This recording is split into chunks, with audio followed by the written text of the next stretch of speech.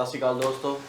ਇੰਡੋਜ਼ TV ਦੇਖਣ ਵਾਲੇ ਸਾਰੇ ਦਰਸ਼ਕਾਂ ਦਾ ਮੈਂ ਗੁਰਦੀਪ ਜਗੇੜਾ ਸਵਾਗਤ ਕਰਦਾ ਜੀ। ਜੀ ਆਇਆਂ ਨੂੰ ਆਖਦਾ ਤੁਹਾਡਾ ਪਸੰਦੀਦਾ ਔਰ ਬਹੁਤ ਚਰਚਿਤ ਪ੍ਰੋਗਰਾਮ ਮਾਈਗ੍ਰੇਸ਼ਨ ਮੈਟਰਸ ਲੈ ਕੇ ਤੁਹਾਡੀ ਕਚਹਿਰੀ 'ਚ ਹਾਜ਼ਰ ਹਾਂ ਜੀ, ਜਿਸ ਦੇ ਵਿੱਚ ਕਿ ਅਸੀਂ ਇਮੀਗ੍ਰੇਸ਼ਨ ਦੇ ਨਾਲ ਜੋ ਵੀ ਚਲੰਤ ਮਾਮਲੇ ਹੁੰਦੇ ਨੇ ਉਹਨਾਂ ਦੇ ਵਿੱਚ ਅਸੀਂ ਬਾਰੇ ਵਿਸਥਾਰ ਸਹਿਤ ਚਰਚਾ ਕਰਦੇ ਹਾਂ ਅਤੇ ਤੁਹਾਡੇ ਸਵਾਲਾਤ ਵੀ ਲੈਂਦੇ ਹਾਂ ਫੋਨ ਬੁੱਕ ਦੇ ਜ਼ਰੀਏ ਔਰ ਈਮੇਲ ਦੇ ਜ਼ਰੀਏ ਜਾਂ ਫੇਸਬੁੱਕ ਪੇਜ ਦੇ ਜ਼ਰੀਏ ਵੀ ਲੈਂਦੇ ਹਾਂ। ਸੇ ਉਹਨਾਂ ਜਵਾਬ ਦਿੰਦੇ ਨੇ ਉਹਨਾਂ ਦੇ ਬਹੁਤ ਬਖੂਬੀ ਦੇ ਨਾਲ, ਬਰੀਕੀ ਦੇ ਨਾਲ, ਸਾਡੇ ਬਹੁਤ ਹੀ ਇਮੀਗ੍ਰੇਸ਼ਨ ਦੇ ਮਾਹਿਰ ਜਨਾਬ ਅਮਨ ਪੰਗੂ ਜੀ।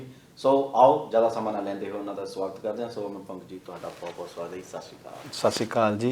ਅਤੇ ਮੇਰੇ ਵੱਲੋਂ ਵੀ ਇੰਡੋਜ਼ ਟੀਵੀ ਦੇਖ ਰਹੇ ਸਾਰੇ ਦਰਸ਼ਕਾਂ ਨੂੰ ਪਿਆਰ ਭਰੀ ਸਤਿ ਸ਼੍ਰੀ ਅਕਾਲ ਜੀ, ਸਲਾਮ, ਨਮਸਤੇ। ਹੋਰ ਪੰਗੂ ਸਾਹਿਬ ਠੀਕ ਠਾਕ, ਸਭ ਖੈਰੀਅਤ? ਜੀ ਬਿਲਕੁਲ, ਰਾਜੀ ਖੁਸ਼ੀ ਹੈ। ਤੁਸੀਂ ਦੱਸੋ? ਬਹੁਤ ਬਹੁਤ ਵਧੀਆ ਜੀ, ਚੜ੍ਹਦੀ ਕਲਾ 'ਚ ਹਜੇ ਤੱਕ। ਜੀ ਬਿਲਕੁਲ। ਸੋ ਅੱਜ ਮੈਨੂੰ ਕੋਈ ਜ਼ਿਆਦਾ ਕਹਿੰਦਾ ਕਦੋਂ ਦੀ ਕਹਿੰਦੀ ਸੀ ਆਊਗਾ ਨਾਨਕਾ ਮੇਲ ਤੇ ਉਵੇਂ ਹੀ ਹੁਣ ਕਦੋਂ ਦੇ ਕਹਿੰਦੇ ਸੀ ਆਊਗਾ ਬਾਰਡਰ ਖੁੱਲ੍ਹਣ ਦਾ ਉਹ ਟਾਈਮ ਹੈ ਨਾ। ਅੱਜ ਉਹ ਟਾਈਮ ਆ ਗਿਆ ਜੀ ਬਿਲਕੁਲ। ਕਿ ਅਸੀਂ ਅੱਜ ਨੱਚ ਦੂਰੇ ਹੋਣ ਜੋਗੇ ਹੋ ਗਏ ਜਾਂ ਹਜੇ ਕੋਈ ਕਸਰ ਹੈਗੀ ਆ? ਇੱਕ ਵਾਰੀ ਤਾਂ ਹੋ ਗਏ।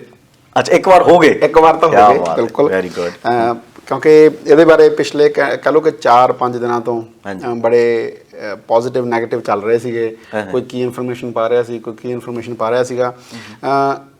9 ਤਰੀਕ ਨੂੰ ਇਹਨਾਂ ਨੇ ਵੈਬਸਾਈਟ ਦੇ ਉੱਤੇ ਅਪਡੇਟ ਕੀਤਾ ਕਿ 15 ਦਸੰਬਰ ਤੋਂ ਜਿਹੜਾ ਪਲਾਨ ਹੈ ਇੰਟਰਨੈਸ਼ਨਲ ਅਰਾਈਵਲਸ ਦਾ, ਉਹ ਐਜ਼ ਇਜ਼ ਹੈ। ਉਹਨਾਂ ਨੇ ਈਵਨ ਸਪੈਸੀਫਿਕਲੀ ਅਪਡੇਟ ਕਰਤਾ ਸੀ ਉਹਦੇ 'ਚ ਵੀ ਫਰੋਮ 15 ਦਸੰਬਰ ਤੋਂ ਅਸੀਂ ਜਿਹੜੇ ਉਹਨਾਂ ਨੇ ਵੀਜ਼ਾ ਹੋਲਡਰਸ ਕਹੇ ਸੀਗੇ, ਇੱਕ ਲਿਸਟ ਆਈ ਹੋਈ ਹੈਗੀ ਵੀ ਜੇ ਤੁਹਾਡੇ ਕੋਲ ਉਹ ਵੀਜ਼ਾ ਹੋਲਡ ਕੀਤਾ ਹੋਇਆ ਤੁਸੀਂ ਤਾਂ ਤੁਸੀਂ ਆਸਟ੍ਰੇਲੀਆ ਦੇ ਵਿੱਚ ਐਂਟਰ ਕਰ ਸਕਦੇ ਹੋਗੇ। ਸੋ ਉਹ ਜਿਹੜੀ ਨਿਊਜ਼ ਸੀਗੀ, ਕਹਿ ਲਓ ਕਿ ਉਸ ਤੋਂ ਬਾਅਦ ਫਿਰ ਕਿਉਂਕਿ ਕੋਈ ਓਫੀਸ਼ੀਅਲ ਅਨਾਊਂਸਮੈਂਟ ਨਹੀਂ ਹੋਈ, ਤਾਂ ਕਰਕੇ ਫਿਰ ਕਈ ਲੋਕਾਂ ਦਾ ਜਿਹੜਾ ਵਿਊ ਸੀਗਾ ਉਹ ਇਹ ਸੀਗਾ ਕਿ ਵੀ ਨਹੀਂ, ਚੇਂਜ ਨਹੀਂ ਹੋ ਰਿਹਾ, ਵੀ ਕੋਈ ਹਲੇ ਦੁਬਾਰੇ ਰੋਕ ਲਾ ਸਕਦੇ ਨੇ।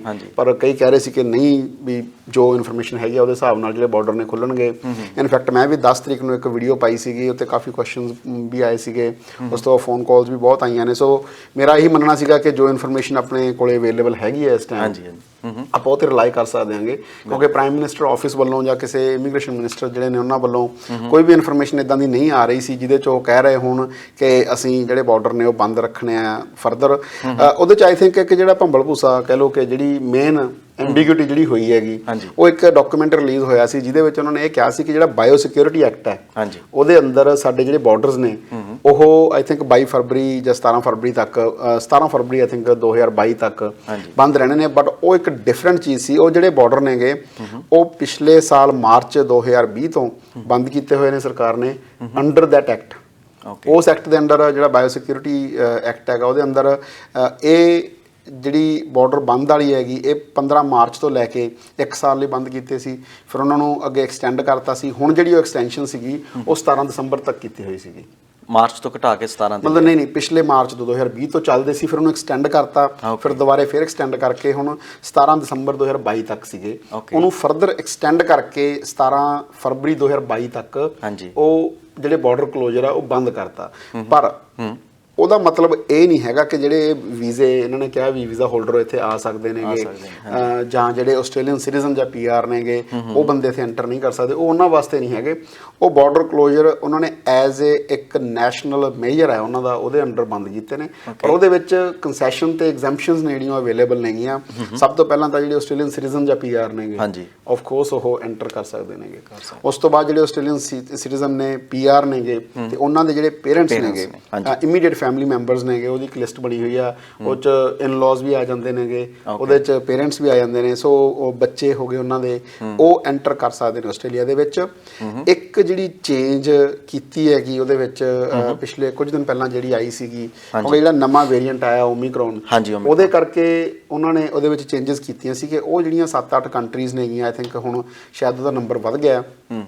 ਅਗਰ ਉਸ ਕੰਟਰੀਜ਼ ਤੋਂ ਕੋਈ ਬੰਦਾ ਆਸਟ੍ਰੇਲੀਆ 'ਚ ਟਰੈਵਲ ਕਰਨਾ ਚਾਹੁੰਦਾ ਹੈ, ਉਹਨਾਂ ਦੇ ਉੱਤੇ ਉਹਨਾਂ ਨੇ ਰੋਕ ਲਾਈ ਹੈ। ਅਤੇ ਉਹ ਜਿਹੜੀ ਰੋਕ ਆ ਉਸ ਐਕਟ ਦੇ ਅੰਡਰ ਮਤਲਬ ਉਹਨੂੰ ਇੰਪਲੀਮੈਂਟ ਕੀਤਾ ਜਾਂਦਾ।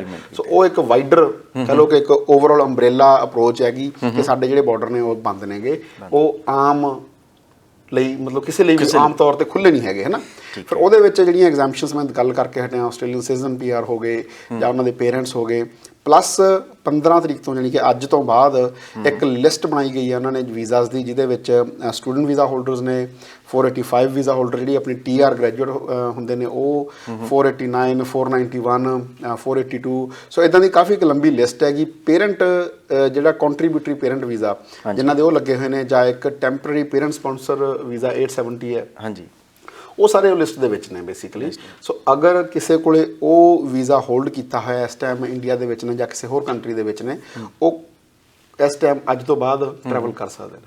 Very good. ਚਲੋ ਦੋਸਤੋ, ਇਹ ਤਾਂ ਬੜੀ ਹੀ ਕਹਿੰਦੇ ਅੱਜ ਖੁਸ਼ੀ ਵਾਲੀ ਗੱਲ ਸੁਣਾਈ ਆ। ਸੋ ਉਮੀਦ ਕਰਦੇ ਹਾਂ ਕਿ ਅੱਗੇ ਵੀ ਇਸੇ ਤਰ੍ਹਾਂ ਰਾਹ ਹੋਰ ਪੱਧਰੇ ਹੁੰਦੇ ਜਾਣਗੇ ਤੇ ਆਪਾਂ ਚਾਵਾਂ ਮਲਾਰਾਂ ਨਾਲ ਜਾਈਏ ਤੇ ਉਧਰੋਂ ਆਈਏ। ਜੀ ਬਿਲਕੁਲ, ਕਿਉਂਕਿ ਇਹਦੇ 'ਚ ਹੋਰ ਵੀ ਮਤਲਬ ਕਾਫੀ ਚੀਜ਼ਾਂ ਨੇਗੀਆਂ, ਮਾੜੇ ਜਿਹਾ ਆਪਾਂ ਦਰਸ਼ਕਾਂ ਲਈ ਥੋੜਾ ਕਲੀਅਰ ਕਰ ਦਈਏ, ਕਿਉਂਕਿ ਇਸ ਚੀਜ਼ ਦੀ ਸਾਨੂੰ ਆਫਿਸ ਦੇ ਵਿੱਚ ਬੜੀ ਮਤਲਬ ਕਹਿ ਲਓ ਕਿ ਕੁਐਸਚਨਸ ਵੀ ਆਉਂਦੇ ਨੇਗੇ ਕਿ ਕੁਆਰੰਟਾਈਨ ਦੀ ਜਿਹੜੀ ਰਿਕੁਆਇਰਮੈਂਟ ਹੈ, ਕਿ ਆਪਾਂ ਇਹਨਾਂ ਤੇ ਹੀ ਆਉਣਾ ਸਾਰੀਆਂ ਚੀਜ਼ਾਂ ਦੇ ਡਿਟੇਲ ਦੇ ਵਿੱਚ। ਜੀ ਪਹਿਲਾਂ ਤਾਂ ਇਹਦੇ ਵਿੱਚ ਦੱਸੋ, ਜਿਹੜਾ ਆਪਣਾ ਨਵਾਂ ਜਿਹੜਾ ਵਾਇਰਸ ਆਇਆ, ਜਿਹਨੂੰ ਆਪਾਂ ਨੇ ਜਿਹਨੇ ਫਿਰ ਤਰਥੱਲੀ ਮਚਾਤੀ ਸੀ ਵੀ ਇਹਨੇ ਆਪਣੇ ਰੂਪ ਬਦਲ ਕੇ ਹੋਰ ਆ ਗਿਆ, ਨਵਾਂ ਡਿਵੈਲਪ ਹੋ ਗਿਆ, ਜਾਂ ਵੀ ਇਹ ਉਸ ਤੋਂ ਵੀ ਖਤਰਨਾਕ ਹੈ, ਤਾਂ ਇਹਨਾਂ ਨੇ ਲੈ ਕੇ ਆਪਣੀ ਆਸਟ੍ਰੇਲੀਅਨ ਗਵਰਨਮੈਂਟ ਨੇ ਇਹਨੂੰ ਲੈ ਕੇ ਕੀ ਸਟੈਪ ਚੱਕੇ ਨੇ ਇਮੀਗ੍ਰੇਸ਼ਨ ਦੇ ਮੈਟਰ ਵਿੱਚ? ਦੇਖੋ, ਇਹ ਜਿਹੜਾ ਇਹ ਵੇਰੀਐਂਟ ਹੈ, ਕੋਈ ਪਹਿਲਾ ਵੇਰੀਐਂਟ ਨਹੀਂ ਹੈਗਾ ਵੀ ਸਟਾਰਟਿੰਗ ਤੋਂ ਇਹ ਚੀਜ਼ਾਂ ਹੁੰਦੀਆਂ ਨੇਗੀਆਂ। ਕਿਉਂਕਿ ਜਿਵੇਂ ਹੁਣ ਚਲੋ ਇਹਦਾ ਇਹ ਗੱਲ ਨਹੀਂ ਛੇੜਾਂਗੇ ਵੀ ਇਹ ਕਿਵੇਂ ਸ਼ੁਰੂ ਹੋਇਆ ਤੇ ਕਿਉਂ ਹੋਇਆ।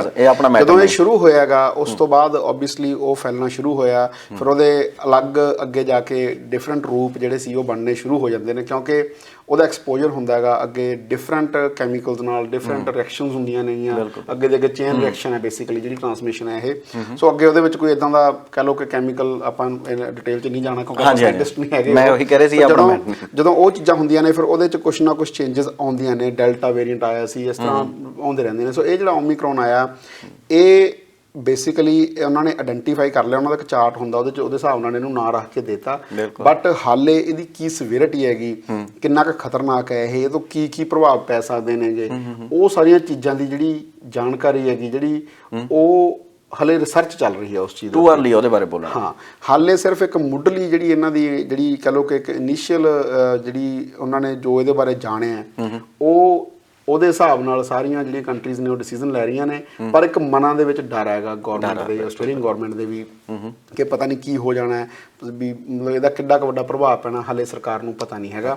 ਸੋ ਜੋ ਹੁਣ ਤੱਕ ਦੇ ਜਿਹੜੇ ਨਤੀਜੇ ਆ ਰਹੇ ਨੇ, ਜੋ ਕਿਉਂਕਿ ਇਸ ਟਾਈਮ ਆਈ ਥਿੰਕ ਆਸਟ੍ਰੇਲੀਆ ਦੇ ਵਿੱਚ ਲਗਭਗ 100 ਪਲੱਸ 109-10 ਕੇਸਿਸ ਨੇ ਜਿਹੜੇ ਓਮੀਕਰੋਨ ਨਾਲ ਪ੍ਰਭਾਵਿਤ ਨੇਗੇ, ਤੇ ਉਹਨਾਂ ਦੀ ਜਿਹੜੀ ਕੋਈ ਬਹੁਤੀ ਜ਼ਿਆਦਾ ਵੱਡਾ ਮਤਲਬ ਮੈਨੂੰ ਲੱਗਦਾ ਕੋਈ ਹਲੇ ਲੱਗ ਨਹੀਂ ਰਿਹਾ ਇਹਨਾਂ ਨੂੰ ਵੀ ਕੋਈ ਡੈਥ ਵਾਲੇ ਕੋਈ ਜ਼ਿਆਦਾ ਸਿਵੀਰਿਟੀ ਹੋ ਰਹੀ ਹੈ, ਜਾਂ ਜਿੱਦਾਂ ਕਿ ਉਹਦੇ 'ਚ ਮਾਈਲਡ ਕੋਈ ਪ੍ਰੋਬਲਮ, ਕਿਸੇ ਨੂੰ ਕੋਈ ਬੁਖਾਰ ਹੋ ਗਿਆ ਜਾਂ ਇੱਦਾਂ ਦੀਆਂ ਚੀਜ਼ਾਂ ਜੋ ਇਨੀਸ਼ੀਅਲ ਸੁਣਨ 'ਚ ਆ ਰਹੀਆਂ ਨੇ ਉਹ ਹੈਗੀ। ਸੋ ਇਸ ਕਰਕੇ ਆਫ ਕੋਰਸ ਕਿੱਥੇ ਤੱਕ ਇਹਦੇ ਇੰਤਜ਼ਾਮ ਹੋ ਸਕਦੇ ਨੇ ਉਹ ਨਹੀਂ ਪਤਾ ਸਰਕਾਰ ਨੂੰ, ਲੇਕਿਨ ਇਨੀਸ਼ੀਅਲ ਜੋ ਸਟੇਜ ਹੈਗੀ ਉਹਦੇ ਮੁਤਾਬਕ ਇਹਨਾਂ ਨੇ ਕੋਈ ਇਦਾਂ ਦਾ ਸਟੈਪ ਨਹੀਂ ਚੱਕਿਆ ਹੈਗਾ ਕਿ ਜਿਹਦੇ 'ਚ ਇਹ ਕਹਿ ਦੇਣ ਕਿ ਵੀ ਜਿਹਨੂੰ ਓਮੀਕਰੋਨ ਹੋਇਆ ਜਾਂ ਇਦਾਂ ਦਾ ਕੋਈ ਬਿਲਕੁਲ ਇੱਕਦਮ ਕੋਈ ਸਟਾਪ ਲਾਤਾ ਹੋਵੇ। ਸਭ ਤੋਂ ਪ੍ਰਾਈਮ ਐਗਜ਼ਾਮਪਲ ਹੈ ਬਾਰਡਰ ਦੀ, ਮਤਲਬ ਜੋ ਇਹਨਾਂ ਦਾ ਪਲਾਨ ਸੀਗਾ ਕਿ ਅਸੀਂ 15 ਤਰੀਕ ਨੂੰ ਬਾਰਡਰ ਖੋਲ੍ਹਣੇ ਨੇਗੇ ਉਹ ਸਪੈਸੀਫਿਕ ਵੀਜ਼ਾ ਹੋਲਡਰਸ ਵਾਸਤੇ, ਉਹ ਐਜ਼ ਇਜ਼ ਇਹਨਾਂ ਨੇ ਗੋ ਹੈਡ ਹੋਏ ਨੇ। ਓਬਵੀਅਸਲੀ ਇੰਨੀ ਕੁ ਰਿਸਰਚ ਤੇ ਇੰਨੀ ਕੁ ਐਨਾਲਿਸਿਸ ਤਾਂ ਇਹਨਾਂ ਨੇ ਕੀਤੀ ਹੋਣੀ ਹੈ ਵੀ ਆਪਾਂ ਇਹ ਡਿਸੀਜ਼ਨ ਲੈ ਰਹੇ ਹਾਂ ਕਿ ਇਹ ਸਹੀ ਹੈ। ਸੋ ਓਬਵੀਅਸਲੀ ਕੁਛ ਇਹਨਾਂ ਨੇ ਦੇਖਿਆ ਹੋਣਾ ਕਿ ਇੰਨਾ ਜ਼ਿਆਦਾ ਖਤਰਨਾਕ ਨਹੀਂ ਹੈਗਾ ਹਾਲ ਦੀ ਘੜੀ ਦੇ ਵਿੱਚ, ਤਾਂ ਕਰਕੇ ਉਹਨਾਂ ਨੇ ਜਿਹੜਾ ਡਿਸੀਜ਼ਨ ਐਜ਼ ਇਜ਼ ਰੱਖਿਆ। ਚਲੋ ਇੰਨੀ ਕੁ ਤਾਂ ਉਮੀਦ ਕਰ ਸਕਦੇ ਹਾਂ ਕਿ ਇਹ ਤਾਲਾਬੰਦੀ ਨਹੀਂ ਕਰਵਾਊਗਾ, ਯਾਨੀ ਲੋਕਡਾਊਨ ਨਹੀਂ। ਇਹ ਚੀਜ਼ ਜੀ ਬਿਲਕੁਲ, ਮੋਰਿਸਨ ਜਿਹੜੇ ਪ੍ਰਾਈਮ ਮਿਨਿਸਟਰ ਨੇ ਆਸਟ੍ਰੇਲੀਆ ਦੇ, ਉਹਨਾਂ ਨੇ ਇਹ ਚੀਜ਼ ਓਬਵੀਅਸਲੀ ਅਨਾਉਂਸਮੈਂਟ ਵੀ ਕੀਤੀ ਹੈਗੀ ਕਿ ਅਸੀਂ ਲੋਕਡਾਊਨ ਹੋਰ ਨਹੀਂ ਕਰਨੇ, ਬਹੁਤ ਆਲਰੇਡੀ ਲੋਕਡਾਊਨ ਦੇਖ ਚੁੱਕੇ ਹਾਂਗੇ। ਬਟ ਇਸ ਚੀਜ਼ ਨੂੰ ਉਹਨੇ ਆਸਟ੍ਰੇਲੀਅਨਸ ਨੂੰ ਅਸ਼ੋਰੈਂਸ ਦਿੱਤੀ ਹੈ ਕਿ ਹੋਰ ਲੋਕਡਾਊਨ ਆਪਾਂ ਹੁਣ ਨਹੀਂ ਕਰਾਂਗੇ। ਚਲੋ ਜਿਸ ਤਰ੍ਹਾਂ ਤੁਸੀਂ ਦੱਸਿਆ ਸੀ ਪੇਰੈਂਟਸ ਆ ਸਕਦੇ ਨੇ, ਆਪਣੇ ਇਮੀਡੀਏਟ ਪੇਰੈਂਟਸ ਹੋ ਗਏ ਨੇ ਜਾਂ ਇਨ-ਲॉज ਹੋ ਗਏ ਨੇ, ਉਸੇ ਤਰ੍ਹਾਂ ਹੁਣ ਜੋ ਮੰਨ ਲਓ ਹੁਣ ਜੋ ਸਟੂਡੈਂਟਸ ਅਪਲਾਈ ਕਰ ਰਹੇ ਨੇ ਫॉर ਨੈਕਸਟ ਕਮਿੰਗ ਬੈਚਸ ਦੇ ਲਈ, ਉਹ ਵੀ ਐਲੀਜੀਬਲ ਨੇ ਉੱਥੋਂ ਆਉਣ ਦੇ ਲਈ, ਸਟੂਡੈਂਟ ਨਵੇਂ ਜਿਨ੍ਹਾਂ ਦੇ ਸਟੂਡੈਂਟ ਵੀਜ਼ੇ ਲੱਗੇ ਹੋਏ ਨੇ ਜਾਂ ਲੱਗ ਰਹੇ ਨੇ ਜਾਂ ਲੱਗ ਜਾਣਗੇ, they are going to apply now. ਹਾਂ, ਜਿਹੜੇ ਅਪਲਾਈ ਕਰ ਰਹੇ ਨੇ ਓਬਵੀਅਸਲੀ ਮਹੀਨਾ 2 ਮਹੀਨੇ 3 ਮਹੀਨਿਆਂ ਦੇ ਵਿੱਚ ਉਹਨਾਂ ਦੇ ਵੀਜ਼ੇ ਅੱਗੇ ਗ੍ਰਾਂਟ ਹੋਣੇ ਨੇ, ਉਹ ਡੈਫੀਨੇਟਲੀ ਆ ਸਕਦੇ ਨੇ।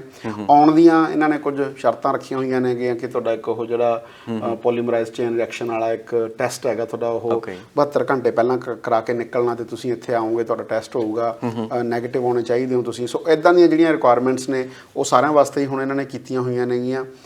ਬਟ ਸਟੂਡੈਂਟ ਵੀਜ਼ਾ ਹੋਲਡਰਸ ਆ ਸਕਦੇ ਨੇ, ਆਸਟ੍ਰੇਲੀਆ ਦੇ ਵਿੱਚ ਐਂਟਰ ਕਰ ਸਕਦੇ ਨੇ, ਕੋਈ ਪਾਬੰਦੀ ਨਹੀਂ ਹੈਗੀ ਅੱਜ ਤੋਂ ਬਾਅਦ।